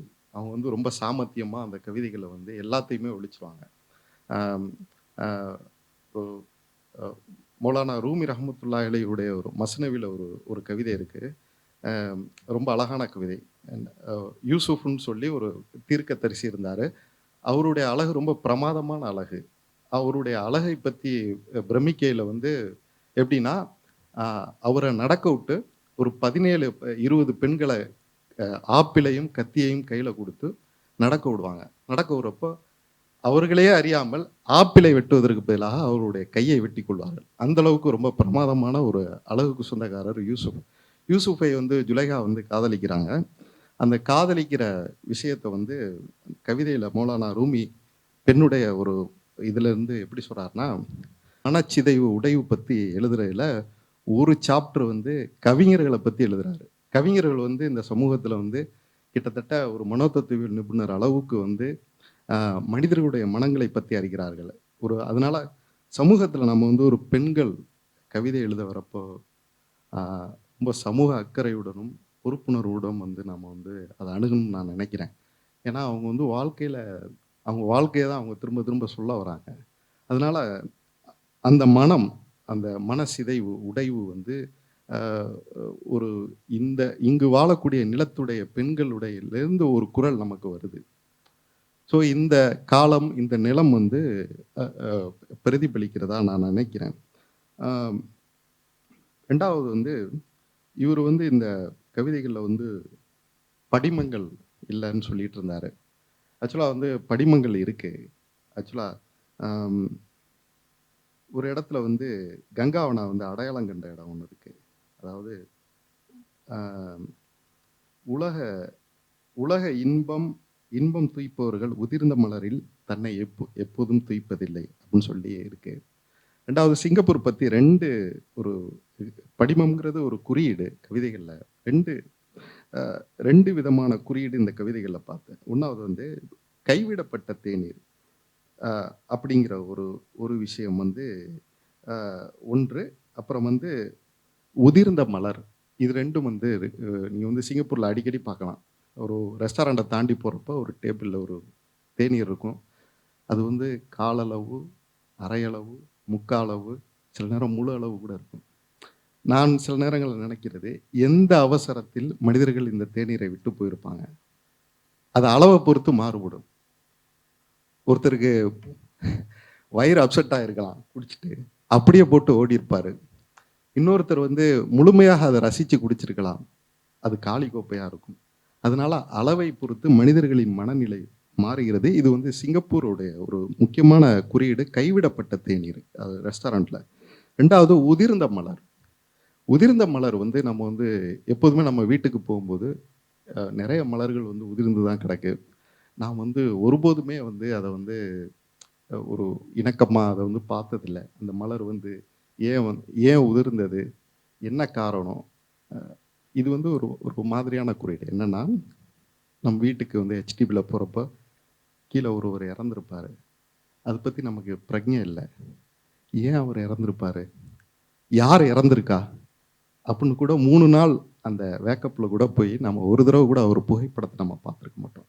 நம்முடைய குடியிருப்பில் நம்ம வீட்டுக்கு பக்கத்தில் இருந்தவங்களை பற்றி நமக்கு வந்து ஒரு உதிர்ந்த மலரை பற்றி எந்த பிரஜையும் இல்லாத சமூகம் வந்து நம்ம என்ன செய்ய போகிறோம் வாழ்க்கையில் இல்லையா? நாம் இருக்கக்கூடிய குடியிருப்பில் வந்து பூனை காணா போகிறது, மனிதர்கள் வந்து நினைவு பிழைகளாகி அவர்கள் தன்னை தொலைத்து விடுகிறார்கள், அவங்கள காணா போகிறோம்னு சொல்லி நிறைய பேர் வந்து நிறைய உதிர்ந்த மலர்களை வந்து நம்ம வந்து சிங்கப்பூரில் வந்து நம்முடைய குடியிருப்பில் பார்க்குறோம். ரெண்டாவது, இதில் நேரம் இருக்கும்னு நினைக்கிறேன், இன்னொன்று இருக்குது. கல்யாணங்களில் வந்து ரொம்ப அவசரமாக இஸ்லாமிய திருமணங்களில் வந்து கடைசியாக துவான்னு ஒன்று இருக்குது, அது ஓதுறதா மௌலவியை வந்து ரொம்ப அவசரப்படுத்துவாங்க. ஏன்னா அது முடிஞ்சால் டக்குன்னு சாப்பாட்டுக்கு போகணும், நான் ஒரு சீக்கிரம் முடிக்கணும். அது மாதிரி எனக்கு ஒரு இதை முடித்து கொள்ள வேண்டிய ஒரு சின்ன ஒரு விஷயங்களில் நான் ஒரு இதை இன்னொன்று பகிர்ந்துக்கிறேன். ரெண்டாவது வந்து ஒரு படிமம் கவிதைகளில் வந்து எப்படி வருது அப்படின்னு சொல்லி நான் வந்து பார்க்கணும்.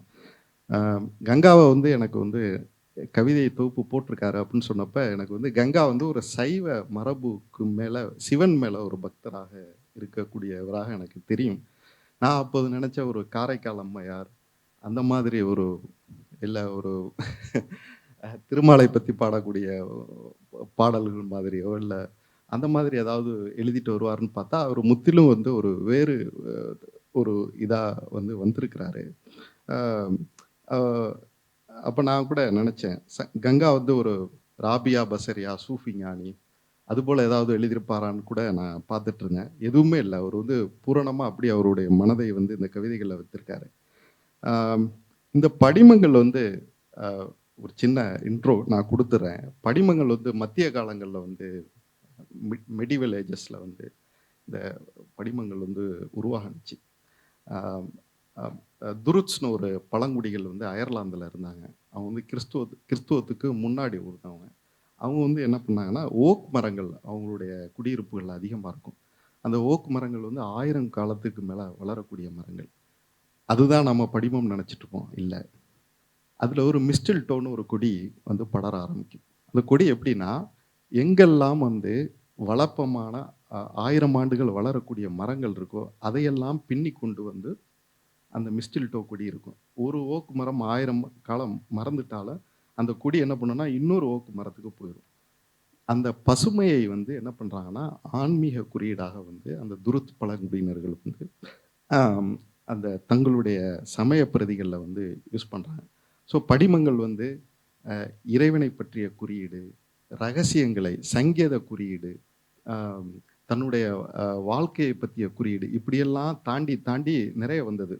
அப்போ ஒரு கட்டத்தில் வந்து சூஃபி ஞானிகள் வந்து என்ன பண்ணாங்கன்னா இந்த படிமங்களை வச்சு இறைவனை பற்றி எழுத ஆரம்பிச்சிட்டாங்க. மௌலானா ரூமி ரஹமத்துல்லா அலைஹி, அப்புறம் வந்து இப்னு அரபி ரஹமத்துல்லா அலைஹி அப்படின்னு ஒரு பக்கம் எழுதிட்டு இருக்கப்போ, படிமங்களை வச்சு எழுதிட்டு இருக்கப்போ, இன்னொரு பக்கம் வந்து துருபத்தூர்னு சொல்லிட்டு ஒரு அமைப்பு, இப்போ நம்மள இருக்குல்ல வானம்பாடின்னு கொஞ்சம் காலத்தில் இருந்தது இல்லையா அமைப்பு, அந்த மாதிரி இஸ்லாமியர் அல்லாத கிறிஸ்துவர்கள் எல்லாம் என்ன பண்ணாங்கன்னா துருபத்தூர்னு ஒரு அமைப்பு உருவாக்கி இவங்களுக்கு ஒரு எதிர்கவிதை எழுதுவாங்க, அவங்க இவங்களுக்கு ஒரு எதிர்கவிதை எழுதுவாங்க. அப்படி கவிதைகளுக்கே 2 பேருக்குமே என்ன பண்ணாங்கன்னா படிமங்களை வைத்து விளையாடி கொண்ட ஒரு காலம் இருந்தது. படிமங்களை வைத்து இறைவன், ரகசியம், பேருண்மை, சங்கேத குறியீடுகள், இப்படியெல்லாம் அந்த படிமங்கள் தாண்டி இன்றைய காலகட்டத்தில் அந்த படிமங்கள் எப்படி இருக்குன்னா, ஒரு பெண் அந்த படிமம் எந்த அளவுக்கு யூஸ் பண்ணுதுன்னா, ஒரு பெண் தன்னுடைய சொந்த வாழ்வை தன்னுடைய கவிதைகளில் உபயோகிக்கிறதுக்கு படிமம் தான் யூஸ் பண்ணுது. உபயோகிச்சிருக்கு. அதனால அந்த படிமங்கள் இப்படி காலங்கள் தாண்டி வரலாறுகள் தாண்டி நமக்கு வந்திருக்கு. அப்பேற்பட்ட ஒரு ஒரு காலங்களில் நாம் இருக்கிறோம். கங்காவுடைய கவிதைகள் வந்து அவர் சொன்ன மாதிரி நீராம்பல் தான், அதற்கு மனம் இல்லை அப்படின்லாம் சொல்லிட்டு இருந்தார். அதுபோல் அந்த ஔவையார் சொன்ன குறிப்பு எல்லாருமே எடுத்து வச்சிட்டோம். அவர் வந்து இந்த தொகுப்பாளரே முதல்ல எடுத்ததுமே நான் யாழிசைட்ட சொன்னேன், முதல் குறிப்பை அடி, எல்லாருமே அதையே எடுத்து வச்சு பேசியிருக்காங்க, சொல்லியிருக்காங்கன்னு. ரெண்டாவது நான் வந்து இந்த கங்காவுடைய புத்தகத்தை பற்றி நான் ஒரு முகநூலில் ஒரு பதிவிட்டிருந்தேன். தங்களுக்குள் துளிர் விடும் மகிழ்ச்சியான தருணங்களையோ அல்லது கண்ணுக்கு அப்பால் துருவத்தில் உடைந்து மூழ்கி கொண்டிருக்கும் ஒரு பனிப்பாறை அல்லது உருகும் நீர் இன்னும் 400 ஆண்டுகளில் நீங்கள் வசிக்கும் நகரத்தை சீல் பனி கரடிகளோடு அழிக்கக்கூடும் பெரும் துயரத்தின் அச்சத்தை உருவாக்கும் துணியில் நம்மை தொந்தரவு செய்கிறார். இரண்டும் நம் தெரிவுகளை. நாம் வந்து ஒரு சக மனிதனுடைய உணர்வை வந்து நம்ம இது பண்ணலைன்னா, அந்த கரெக்ட் டைமில் நம்ம அட்டன் பண்ணலைன்னா அது பிற்காலத்தில் அது ரொம்ப பெரிய விஷயமாகி இந்த நகரமே வெடிக்கிற அளவுக்கு வந்துடும். இதில் 2 தெரிவுகள் இருக்குது. ஒன்று, நாம் இதை வந்து ஒரு பூ பூக்கும் பொழுது சட்டனை கடந்துடலாம், இதெல்லாம் எனக்கு தேவையில்லை அப்படி சொல்லிட்டு. இல்லைன்னா நின்று நிதானித்து இது என்ன பூ, இது எப்படி பூக்குது, எந்த நேரத்தில் இது அரும்பு விட்டுருக்குன்னு சொல்லி பார்க்கலாம். கங்காவுடைய கவிதைகள் 2வது வகை. அதை நாம் நின்று நிதானித்து தான் பார்க்க வேண்டும். இந்த தொகுப்புக்கு நான் மீச்சிறு சொல் அப்படின்னு சொல்லி வைத்திருக்கலாம்னு நான் நினச்சேன். ஒரு மீச்சிறு சொல்லை பற்றி ஒரு கவிதை இந்த முடிச்சிடறேன். மீச்சிறு சொல் பற்றி ஒரு கவிதை எழுதியிருந்தார். ஒரு தருணங்களை ஒரு சொல்லையாவது நீ வைத்து விட்டு போயிருக்கலாம் அப்படிங்கிற மாதிரி ஒரு சொல், ஒரு கவிதை இருந்தது. நான் அந்த மீச்சிறு சொல் தான் இந்த கவிதைக்கு வைத்திருக்க வேண்டும் என்று நான் தனிப்பட்ட முறையில் விரும்பினேன். அதுபோக பல விமர்சனங்களும் இந்த கவிதை தொகுப்புக்கு உண்டு. கங்கா வந்து ஒரு சகல குணா மாதிரி ஒரு படம் கமலஹாசன் நடித்தாலும் ஒரு கமர்ஷியல் ஹிட்டுக்கு ஏவிஎம்மில் போய் ஒரு சகலகலாவில் ஒரு படம் கொடுத்த மாதிரி கங்கா வந்து ஒரு கமர்ஷியல் ஹிட் அடிச்சிருக்கிறாருன்னு தான் நான் நினைக்கிறேன். இன்னும் அவர் தாண்ட வேண்டிய ஒரு உயரங்கள் இருக்குது. அதனால் நிறைய அவர்கள் கற்றுக்கொண்டு இந்த கவிதைகளை வந்து பல எல்லைகளை தொடுவதற்கு என்னுடைய வாழ்த்துக்களும் நான் தெரிவித்துக் கொள்கிறேன். வாய்ப்புக்கு நன்றி. எல்லோருக்கும் என்னுடைய நன்றி. வணக்கம். கவிதை என்று சொல்லும் பொழுது விருப்பு, வெறுப்பு, கோபம், கவலை எல்லா வகையான உணர்வுகளுக்கும் ஒரு கண்ணாடியாகவே கவிதை அமைய பெற்றிருக்கு. அந்த வகையில் பலரும் கூறியது போல நீராம்பல் பல உணர்வுகளை தேக்கிக் கொண்டிருக்கும் ஒரு அருமையான நூல். அதை நீங்கள் அனைவரும் படித்து மகிழ வேண்டும் என்று கேட்டுக்கொள்கிறோம்.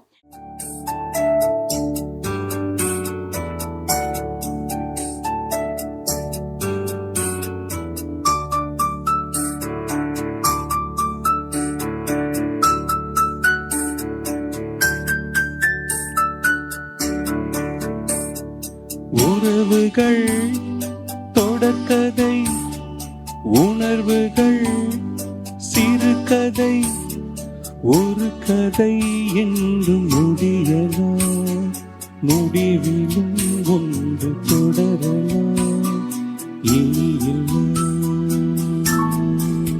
சுகம்.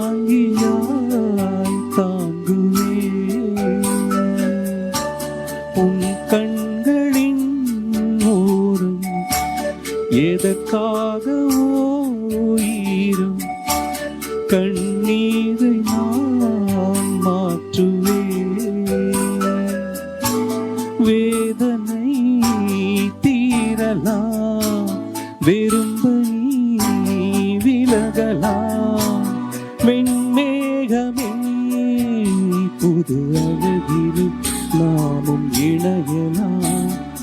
உறவுகள் சிடக்கதை, உணர்வுகள் சிறுகதை, ஒரு கதை என்றும் முடியலாம்.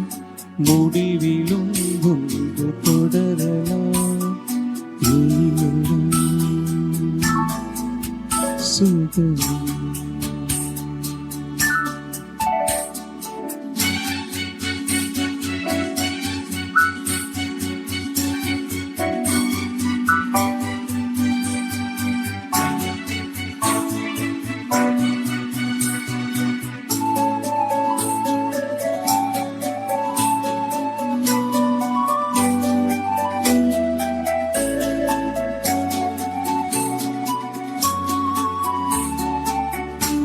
வாழ்வென்பதோ கீதம், வளர்கின்றதோ நாகம், நாளொன்றிலும் ஆனந்தம்.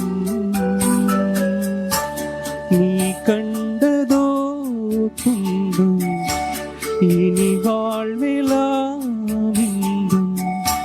சுகராகமே ஆரம்பம். நதியிலே புது புனல், கடலிலே கலந்தது. நம் சொந்தமோ இன்று இணைந்தது, இன்பம் பிறந்தது. உறவுகள் தொடக்கதை, உணர்வுகள் சிறுகதை, ஒரு கதை என்றும் முடியலாம். முடிவிலும் ஒன்று தொடரலாம். இனியெல்லாம் சுகம். இனியெல்லாம் சுகம். நன்றி. திரு சேதுராமன் அவர்களுக்கு நன்றி. இப்பொழுது நிகழ்ச்சிக்கு வந்து சிறப்புற்று பலர் நிகழ்ச்சிக்கு துணை நின்றார்கள். அவர்களுக்கு நினைவு பொருள் வழங்கும் நேரம். நினைவு பொருள்களை திருவாட்டி கங்கா வழங்குவார். தொடக்கமாக செல்வி கலைவாணி.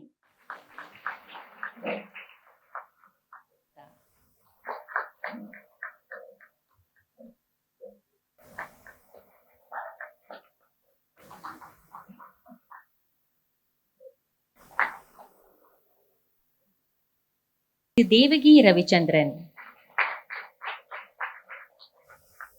திருவாட்டி ஆஷிகா சித்திகா.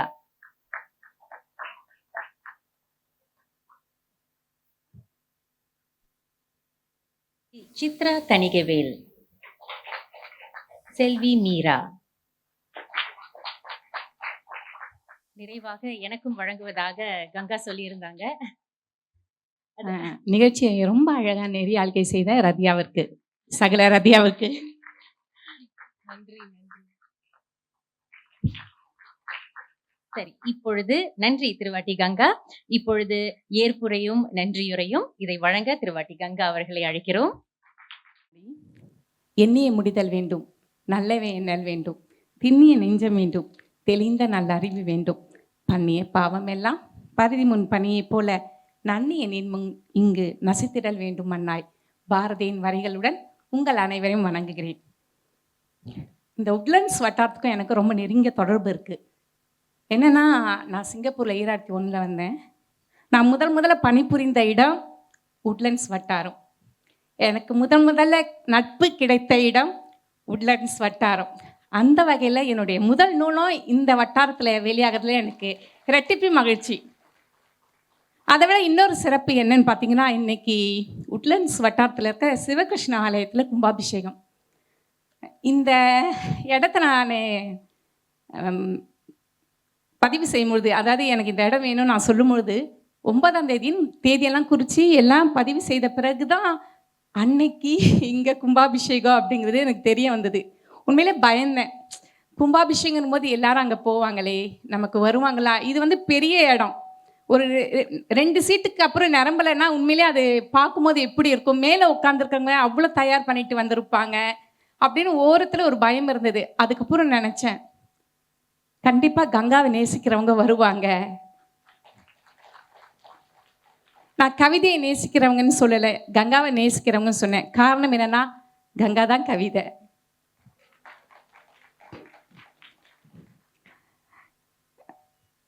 இந்த கவிதை குறித்து இவங்க பேசிட்டு போனாங்க.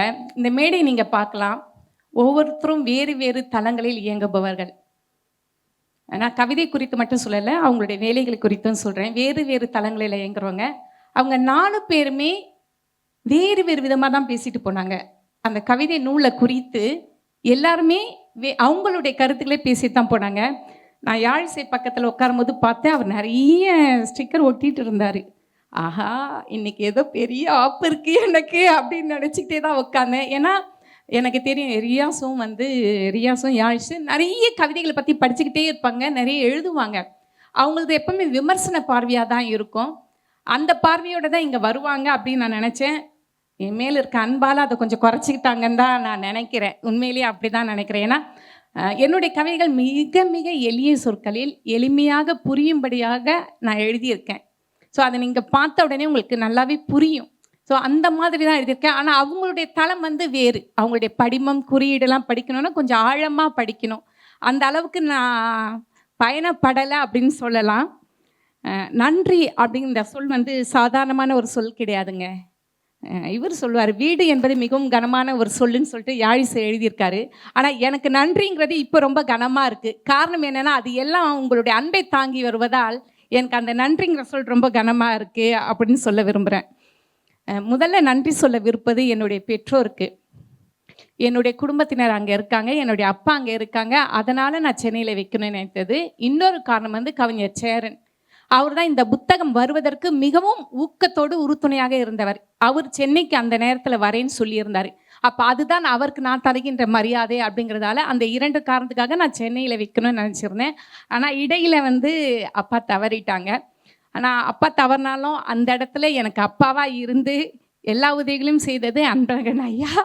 அன்பழகன் அப்பாவுக்கு இந்த நேரத்தில் நான் நன்றி சொல்லிக்கிறேன். அடுத்து என்னுடைய உடன் பிறந்த அக்காங்க லதா, ராதா, கீதா, இவங்களுக்கு நான் நன்றி சொல்கிறேன். ஏன்னா அவங்க அன்றைக்கி என்னை துணிஞ்சு அனுப்பலை. நான் சிங்கப்பூரில் எனக்கு உறவுகள் கிடையாது, நண்பர்கள் கிடையாது, யாருமே இல்லை. துணிஞ்சு அவங்க அன்றைக்கி அனுப்பி சிங்கப்பூருக்கு போமான்னு சொல்லி அனுப்பலைன்னா நான் இன்றைக்கி இங்கே நின்று இருக்க மாட்டேன்.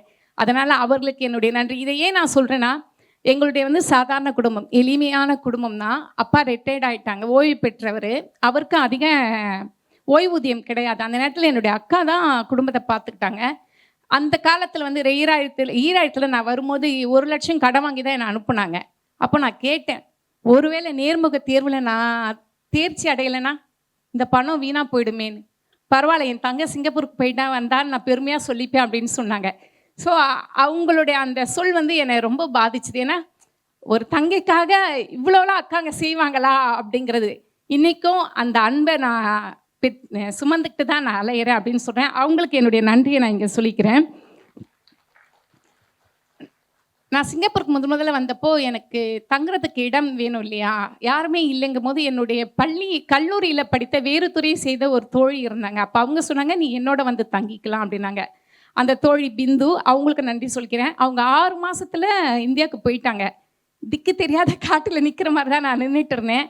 அப்போ எனக்கு அடைக்கலம் கொடுத்து தன் மகளாக பார்த்து கொண்டவர் வாசகர், மாணிக்க வாசகர் அப்படிங்கிறது நான் நினைக்கிறேன் உங்களுக்கு தெரிஞ்சிருக்கும். அவர் இங்கே முதல்வராக இருந்தவர், பள்ளியில் முதல்வராக இருந்தார், மாணிக்க வாசகம்னு சொல்லிட்டு.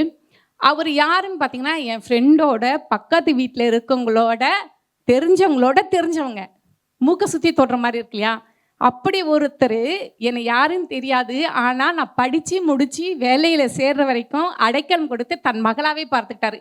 நான் 5 பைசா கூட அவருக்கு நான் தரலை. நான் கொடுக்க போனப்போ, நான் உன்னை பொண்ணுன்னு தானே சொன்னேன், நீ இப்படி காசு கொடுக்குறியா அப்படின்னு சொல்லிட்டாரு. அது எனக்கு கொஞ்சம் இதுவாக இருந்தது.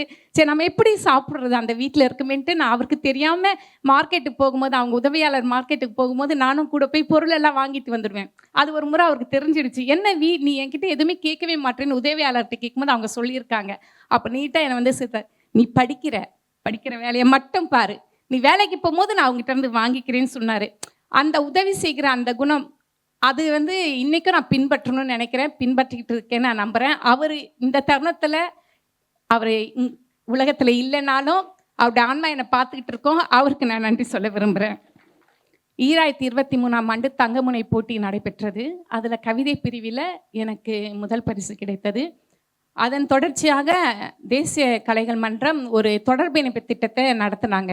அதன் மூலமாக அந்த போட்டியில் தலைமை நீதிபதியாக இருந்த திரு சேரனையும் எங்களையும் இணைத்து ஒரு திட்டம், அதாவது நம்முடைய கவிதைகளை இன்னும் எப்படி மேம்படுத்தலாம் அப்படிங்கிறதுக்கான ஒரு திட்டம். அது கவிதைகளை எப்படி வெளிக்கொண்டு வரலாம் அப்படிங்கிற அந்த சூழலை வந்து திரு சேரன் வந்து ஒரு படி மேலே போய், நான் உங்களுக்கு மேம்படுத்துறது மட்டும் இல்லை, உங்களுடைய கவிதைகளை புத்தகமாகவும் வெளிவர உதவி செய்கிறேன்னு சொன்னார். அந்த பெருந்தன்மை, அந்த பெரிய குணத்திற்கு நான் நன்றி சொல்ல விரும்புகிறேன்.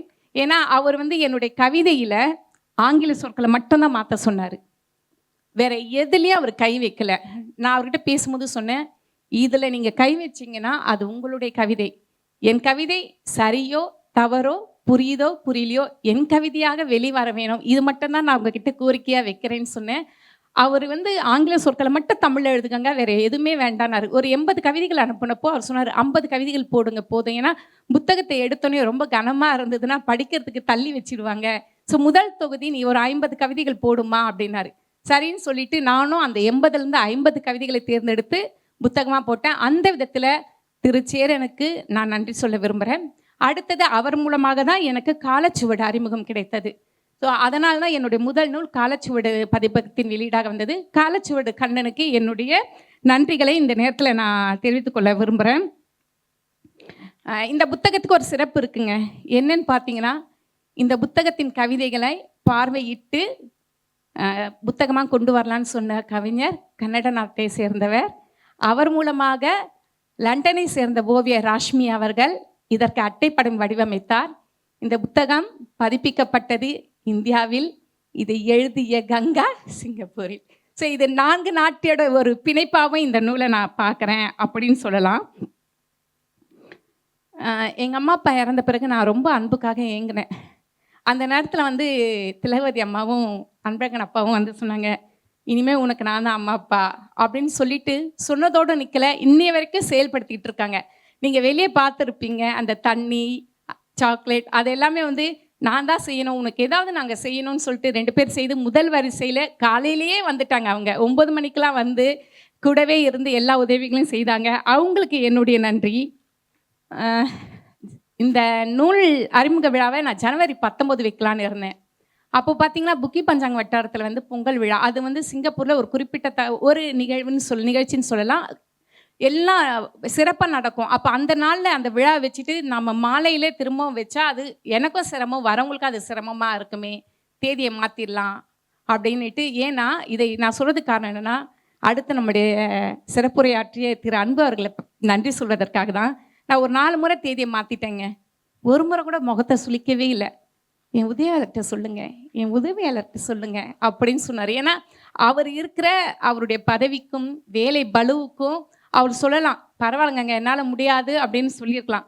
ஆனால் ஒன்றே ஒன்று சொன்னார், எனக்காக நீங்கள் தேதியை மாற்றாதீங்க, என்னால் வர முடியலன்னா நீங்கள் தேதியை மாற்றாதீங்க அப்படின்னாரு. ஆனால் நான் சொன்னேன், நீங்கள் எப்போ வரீங்களோ அப்போ தான் என் புத்தகத்தை நான் வெளியிடுவேன்.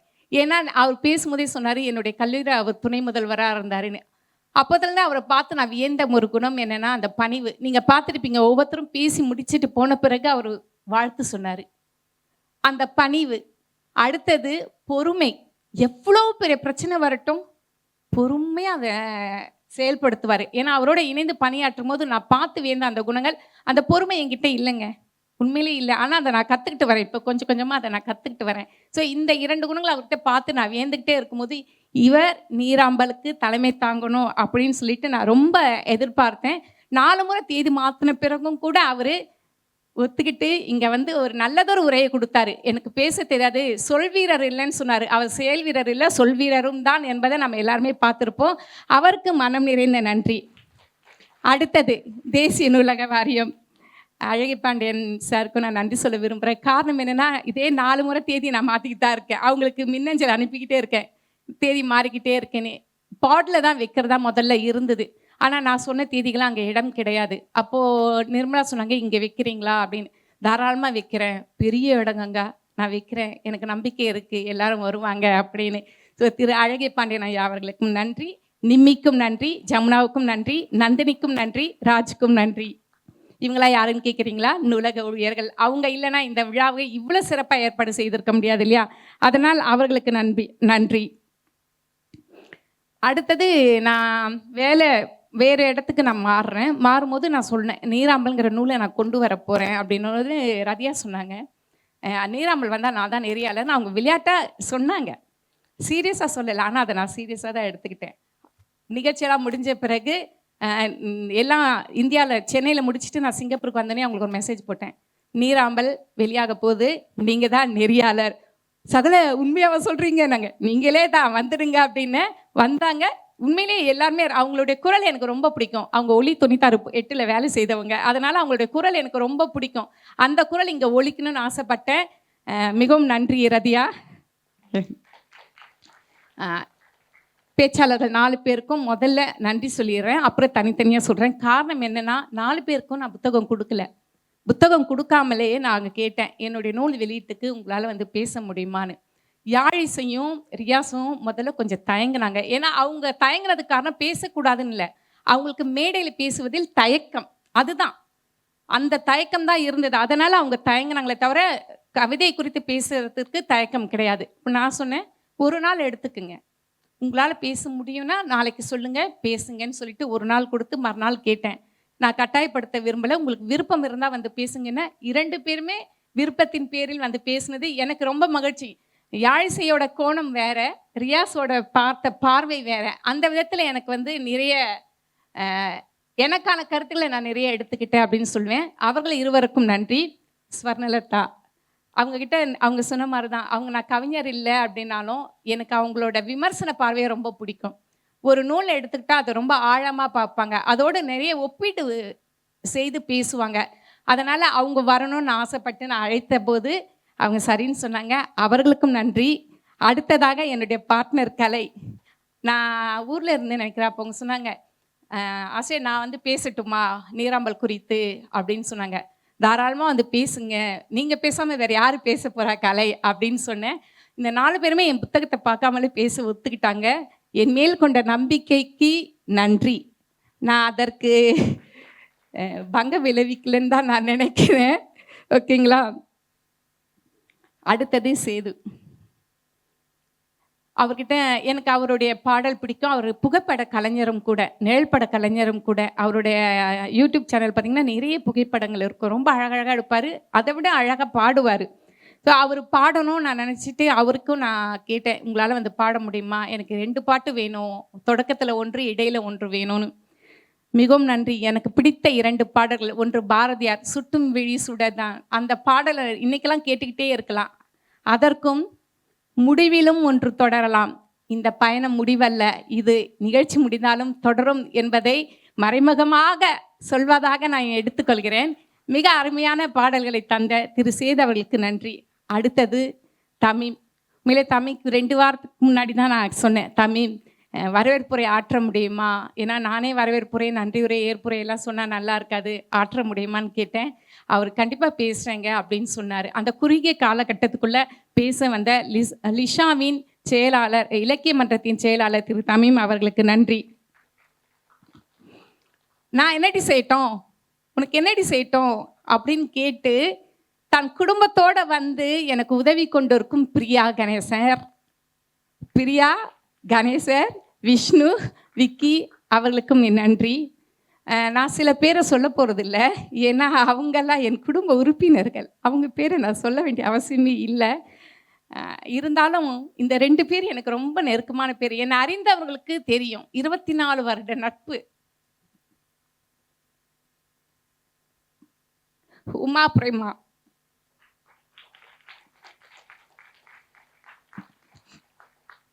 குடும்பமே இல்லாமல் இந்த ஊருக்கு வந்தேன்.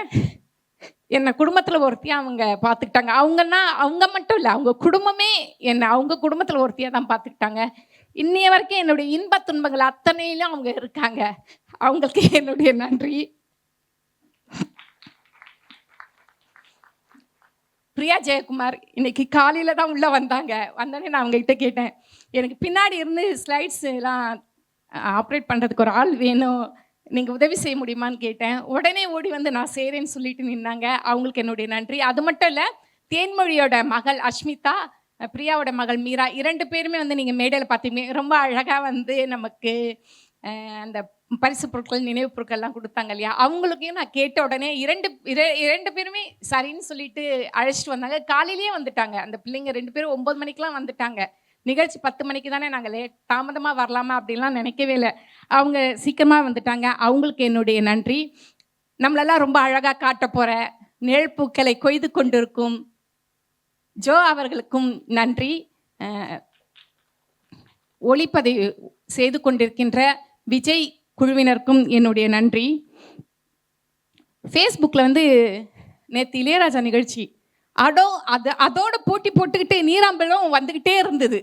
ஸோ நீராம்பல் பற்றி முகநூலில் போட்டுட்டு அது குறித்து பதிவு எழுதி வாழ்த்திய தோழிகள் பிரியா, சுபா, மகா, பிரேமா, கலை, ஸ்வர்ணா, தங்கை பிரபா, அண்ணன் தியாக ரமேஷ், தங்கவேல் முருகன் அண்ணா, தோழர் நீதிபாடி, அழகுராஜன், மாரி, யாழிசை, ரியாஸ், இவங்க எல்லாருக்குமே என்னுடைய நன்றி. சரி, எல்லாரையும் சொல்லிட்டேனா? இல்லைங்க, முக்கியமான ஒருத்தர் இருக்காங்க. நீங்கள் வரவேற்பு அந்த இடத்துலேருந்து வரும்போதே பார்த்துருப்பீங்க, ஒரு அழகான அலங்காரத்தை பார்த்துருப்பீங்க. அதே மாதிரி இங்கேயும் நூல் வெளியிடும் போது பார்த்திங்கன்னா மிக அழகான அலங்காரத்தை பார்த்துருப்பீங்க. இன்றைக்கி மேடையில் இந்த நிகழ்ச்சி நேரத்தோடு ஒழுங்காக சிறப்பாக செல்கிறது என்றால் அதற்கு மிக முக்கிய காரணம், நான் எப்பவுமே ஏஞ்சல்னு அழைக்கிற திருமதி, எனக்கு ஏஞ்சல் தான் வருது, தேவகி ரவிச்சந்திரன் அவர்களுக்கு நன்றி. இதில் வந்து அவங்க குடும்பமே ஈடுபட்டிருக்கு. வரைகிறதுலையா இருக்கட்டும், இந்த பூக்களை கொண்டு வந்து வைக்கிறதா இருக்கட்டும், அவங்க குடும்பமே ஈடுபட்டிருக்கு. ஏன்னா அவங்கக்கிட்ட நான் ஒரு நேர்த்தியை பார்ப்பேன் எப்பவுமே. அதனால் அவங்கக்கிட்ட நான் கேட்டேன், எனக்காக இதை செய்ய முடியுமா, ஸ்டேஜ் மேனேஜராக நீங்கள் இருக்க முடியுமான்னு கேட்டப்போ, நான் இல்லாமல் எப்படி அப்படின்னு சொல்லிட்டு உரிமையோடு வந்து இந்த அலங்காரங்கள்லாம் செய்து எனக்கு எல்லாருமே கேட்டாங்க, எல்லாம் தயாராக இருக்கா? நான் தேவிகி கிட்ட கொடுத்துட்டேன், அதனால் நான் கவலைப்பட மாட்டேன் அப்படின்னு நான் சொல்லிட்டேன். ஸோ அவங்களுக்கு என்னுடைய நன்றி. அடுத்தது என்னுடைய கவிதைகள். கரெக்டாக 12 மணிக்கு முடிக்கணும்னு நினச்சேன். இன்னும் ஒரு 5 நிமிடத்தில் நான் முடிச்சிடுவேன், கண்டிப்பாக முடிச்சிடுவேன். ஆரம்பித்தது 12:10 இல்லையா, அதனால் 10:10க்கு, அதனால் 12:10க்கு நான் முடிச்சிடுறேன். என் கவிதைகளை வெளியிட்டு எனக்கு அங்கீகாரம் தந்த தமிழ் முரசு, சிராங்குன் டைம்ஸ், மக்கள் மனம், கவிமாலை மற்றும் இந்தியாவில் உள்ள நுட்பம், வலசை இணையதளங்களுக்கும் என்னுடைய நன்றி. என்னுடைய குடும்பம் இல்லைன்னா நான் இன்னைக்கு இல்லைங்க. அந்த வகையில் சனி ஞாயிறெல்லாம் நான் வெளியே போகும்போது என்னுடைய மாணவர்களை அழைச்சி கொண்டு போகிறதா இருக்கட்டும், இல்லை நான் போகிறதா இருக்கும்போதும் என்னுடைய பிள்ளைங்களை பார்த்துக்கிட்ட கதிர் அவர்களுக்கும் என்னுடைய நன்றி. அவர் பையனோட பின்னாடி நின்றுட்டு இருக்காரு, அவருக்கும் என்னுடைய நன்றி. என்னை பார்க்குறவங்க கேட்குற கேள்வி, எப்படிங்க வார நாளெல்லாம் வேலை செய்கிறீங்க, சனி ஞாயிறே வெளியே போகிறீங்க, எப்படி உங்களால் முடியுது? என்னுடைய 2 பிள்ளைங்க, தங்கமான பிள்ளைங்க, ரித்திகா, ஸ்ரீ ஹரிகர். உண்மையிலேயே நான் சொல்கிறேன், நான் சில நேரங்களில் மனம் உடைந்தெல்லாம் போவேன். அப்படி உடைந்து போகும்போதெல்லாம் என்னுடைய மகனும் வந்து எனக்கு தூணாக தான் நிற்பாங்க. அம்மா, இது அப்படியே விட்டுட்டு போங்கம்மா, இதை பற்றி கவலைப்படாதீங்கம்மா, அது ஏமா சுமந்துக்கிட்டே இருக்கீங்க? அந்த 2 சின்ன பிள்ளைங்க கிட்டே நான் நிறைய விஷயங்களை கற்றுக்கிட்டேன். அந்த கவிதையில் இருக்கிறது என் மகளாக நீங்கள் எல்லாரும் சொல்லிடுங்க. அது என் மகள் மட்டுமல்ல, மகளை பெற்ற ஒவ்வொரு தாய்மார்களுக்கும் தெரியும், இப்போ இருக்கிற சூழல அது தங்களுடைய மகளும் தான் அப்படிங்கிறது. அந்த அவளும் நானுங்கிற கவிதையை படிச்சிங்கன்னா உங்களுக்கு நல்லாவே தெரியும். அடுத்தது எனக்கு மிகவும் துணையாக இருந்த சாலாமா, சூப்பராக பேசுகிறீங்கம்மா அப்படின்னு என்னை பார்த்து மகிழும் கவிதா, எனக்கு உறுதுணையாக இருக்கும் மணிமேகலை, இவங்களாம் எனக்கு உதவியாளராக இருந்தவங்க. அவங்களுக்கும் இந்த தருணத்தில் நான் நன்றி சொல்கிறேன். ஏன்னா நான் வெளியே போகும்போது என் பிள்ளைங்களா அவங்க பிள்ளைங்களா பார்த்துக்கிட்டாங்க இல்லையா, அவங்க இல்லைன்னா இந்த அளவுக்கு என்னால் கவிதை தளத்திலேயோ இல்லை இலக்கிய தளத்திலேயோ இயங்க முடியாது. அவர்களுக்கும் என்னுடைய நன்றி. நீங்கள் பேசும்போது சொன்னீங்க, இந்த கவிதையில் வந்து படிமம் இல்லை, குறியீடு இல்லை அப்படின்ட்டு. அதில் கவிதையில் வந்து எண்ணுரை மட்டும்தான் இருக்கும், இதில் முன்னுரை எதுவுமே இருக்காது, எண்ணுரை மட்டும்தான் இருக்கும். கடைசியில் 4 வரிகள் சொல்கிறேன். கூடடையும் பறவை ஒத்த மகிழ்ச்சிக்கு இணையாகும் என் கவிதைகள் எனக்கானவை. உடனே எனக்கானவைங்கிறது இது எனக்குன்னு அர்த்தம் இல்லை, இதை நீங்களும் படிங்களேன்.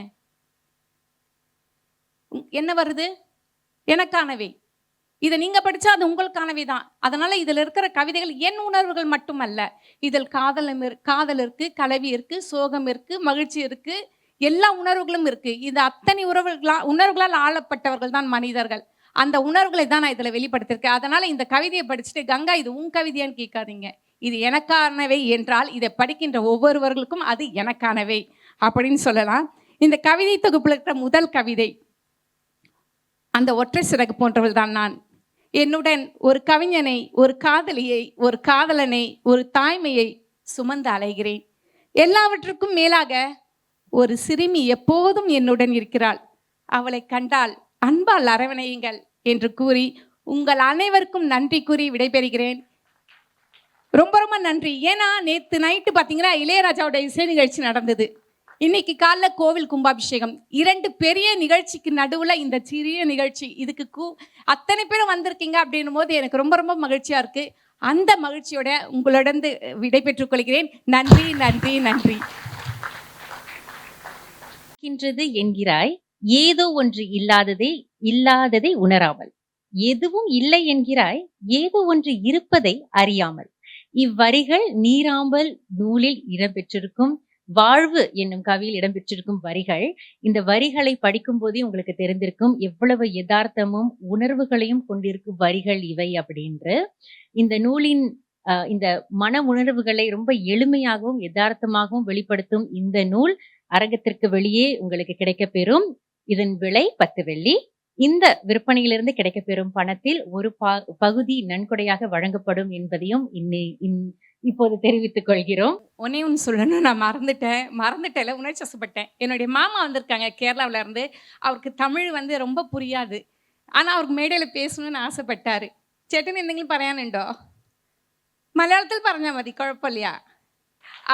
அவருக்கு ஏதாவது சொல்லணும்னு ஆசைப்பட்டார். ஆனால் தமிழில் பேச வராததால் நான் தமிழை இப்படி வந்ததும் தமிழை ஏதாவது நான் சொல்லிட்டா தடுமாறிடுவேணும், ஒரு 5 நிமிஷம் அவருக்காக அப்படின்னாரு. நான் அவரை மலையாளத்தில் பேச சொல்கிறேன். அதுக்கப்புறம் நான் முடிந்தால் மொழிபெயர்க்கிறேன். அவருக்கும் என்னுடைய அன்பு மகன் சபரி, அவனுக்கும் நான் இந்த நேரத்தில் நன்றியை சொல்லணும். ஏன்னா நான் அவனை விட்டுட்டா எப்படி. அன்பு மகன் சபரிக்கும் என்னுடைய நன்றி.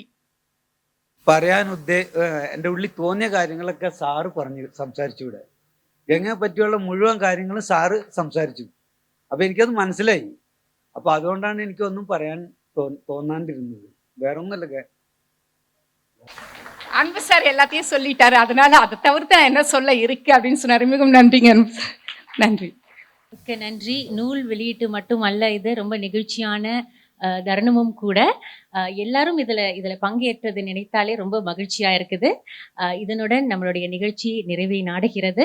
அன்பு கூர்ந்து விருந்து உபசரிப்பில் கலந்து கொள்ளுமாறு கேட்டுக்கொள்கிறோம். அரங்கத்தில் உணவு அருந்தக்கூடாது என்பதால் நீங்கள் அரங்கத்திற்கு வெளியவே உணவு அருந்தி உண்டு நூலையும் வாங்கி கொண்டு மகிழ்ச்சியுடன் வீடு திரும்ப வேண்டிக் கொள்கிறோம். நானும் விடை பெற்றுக் கொள்கிறேன். நன்றி.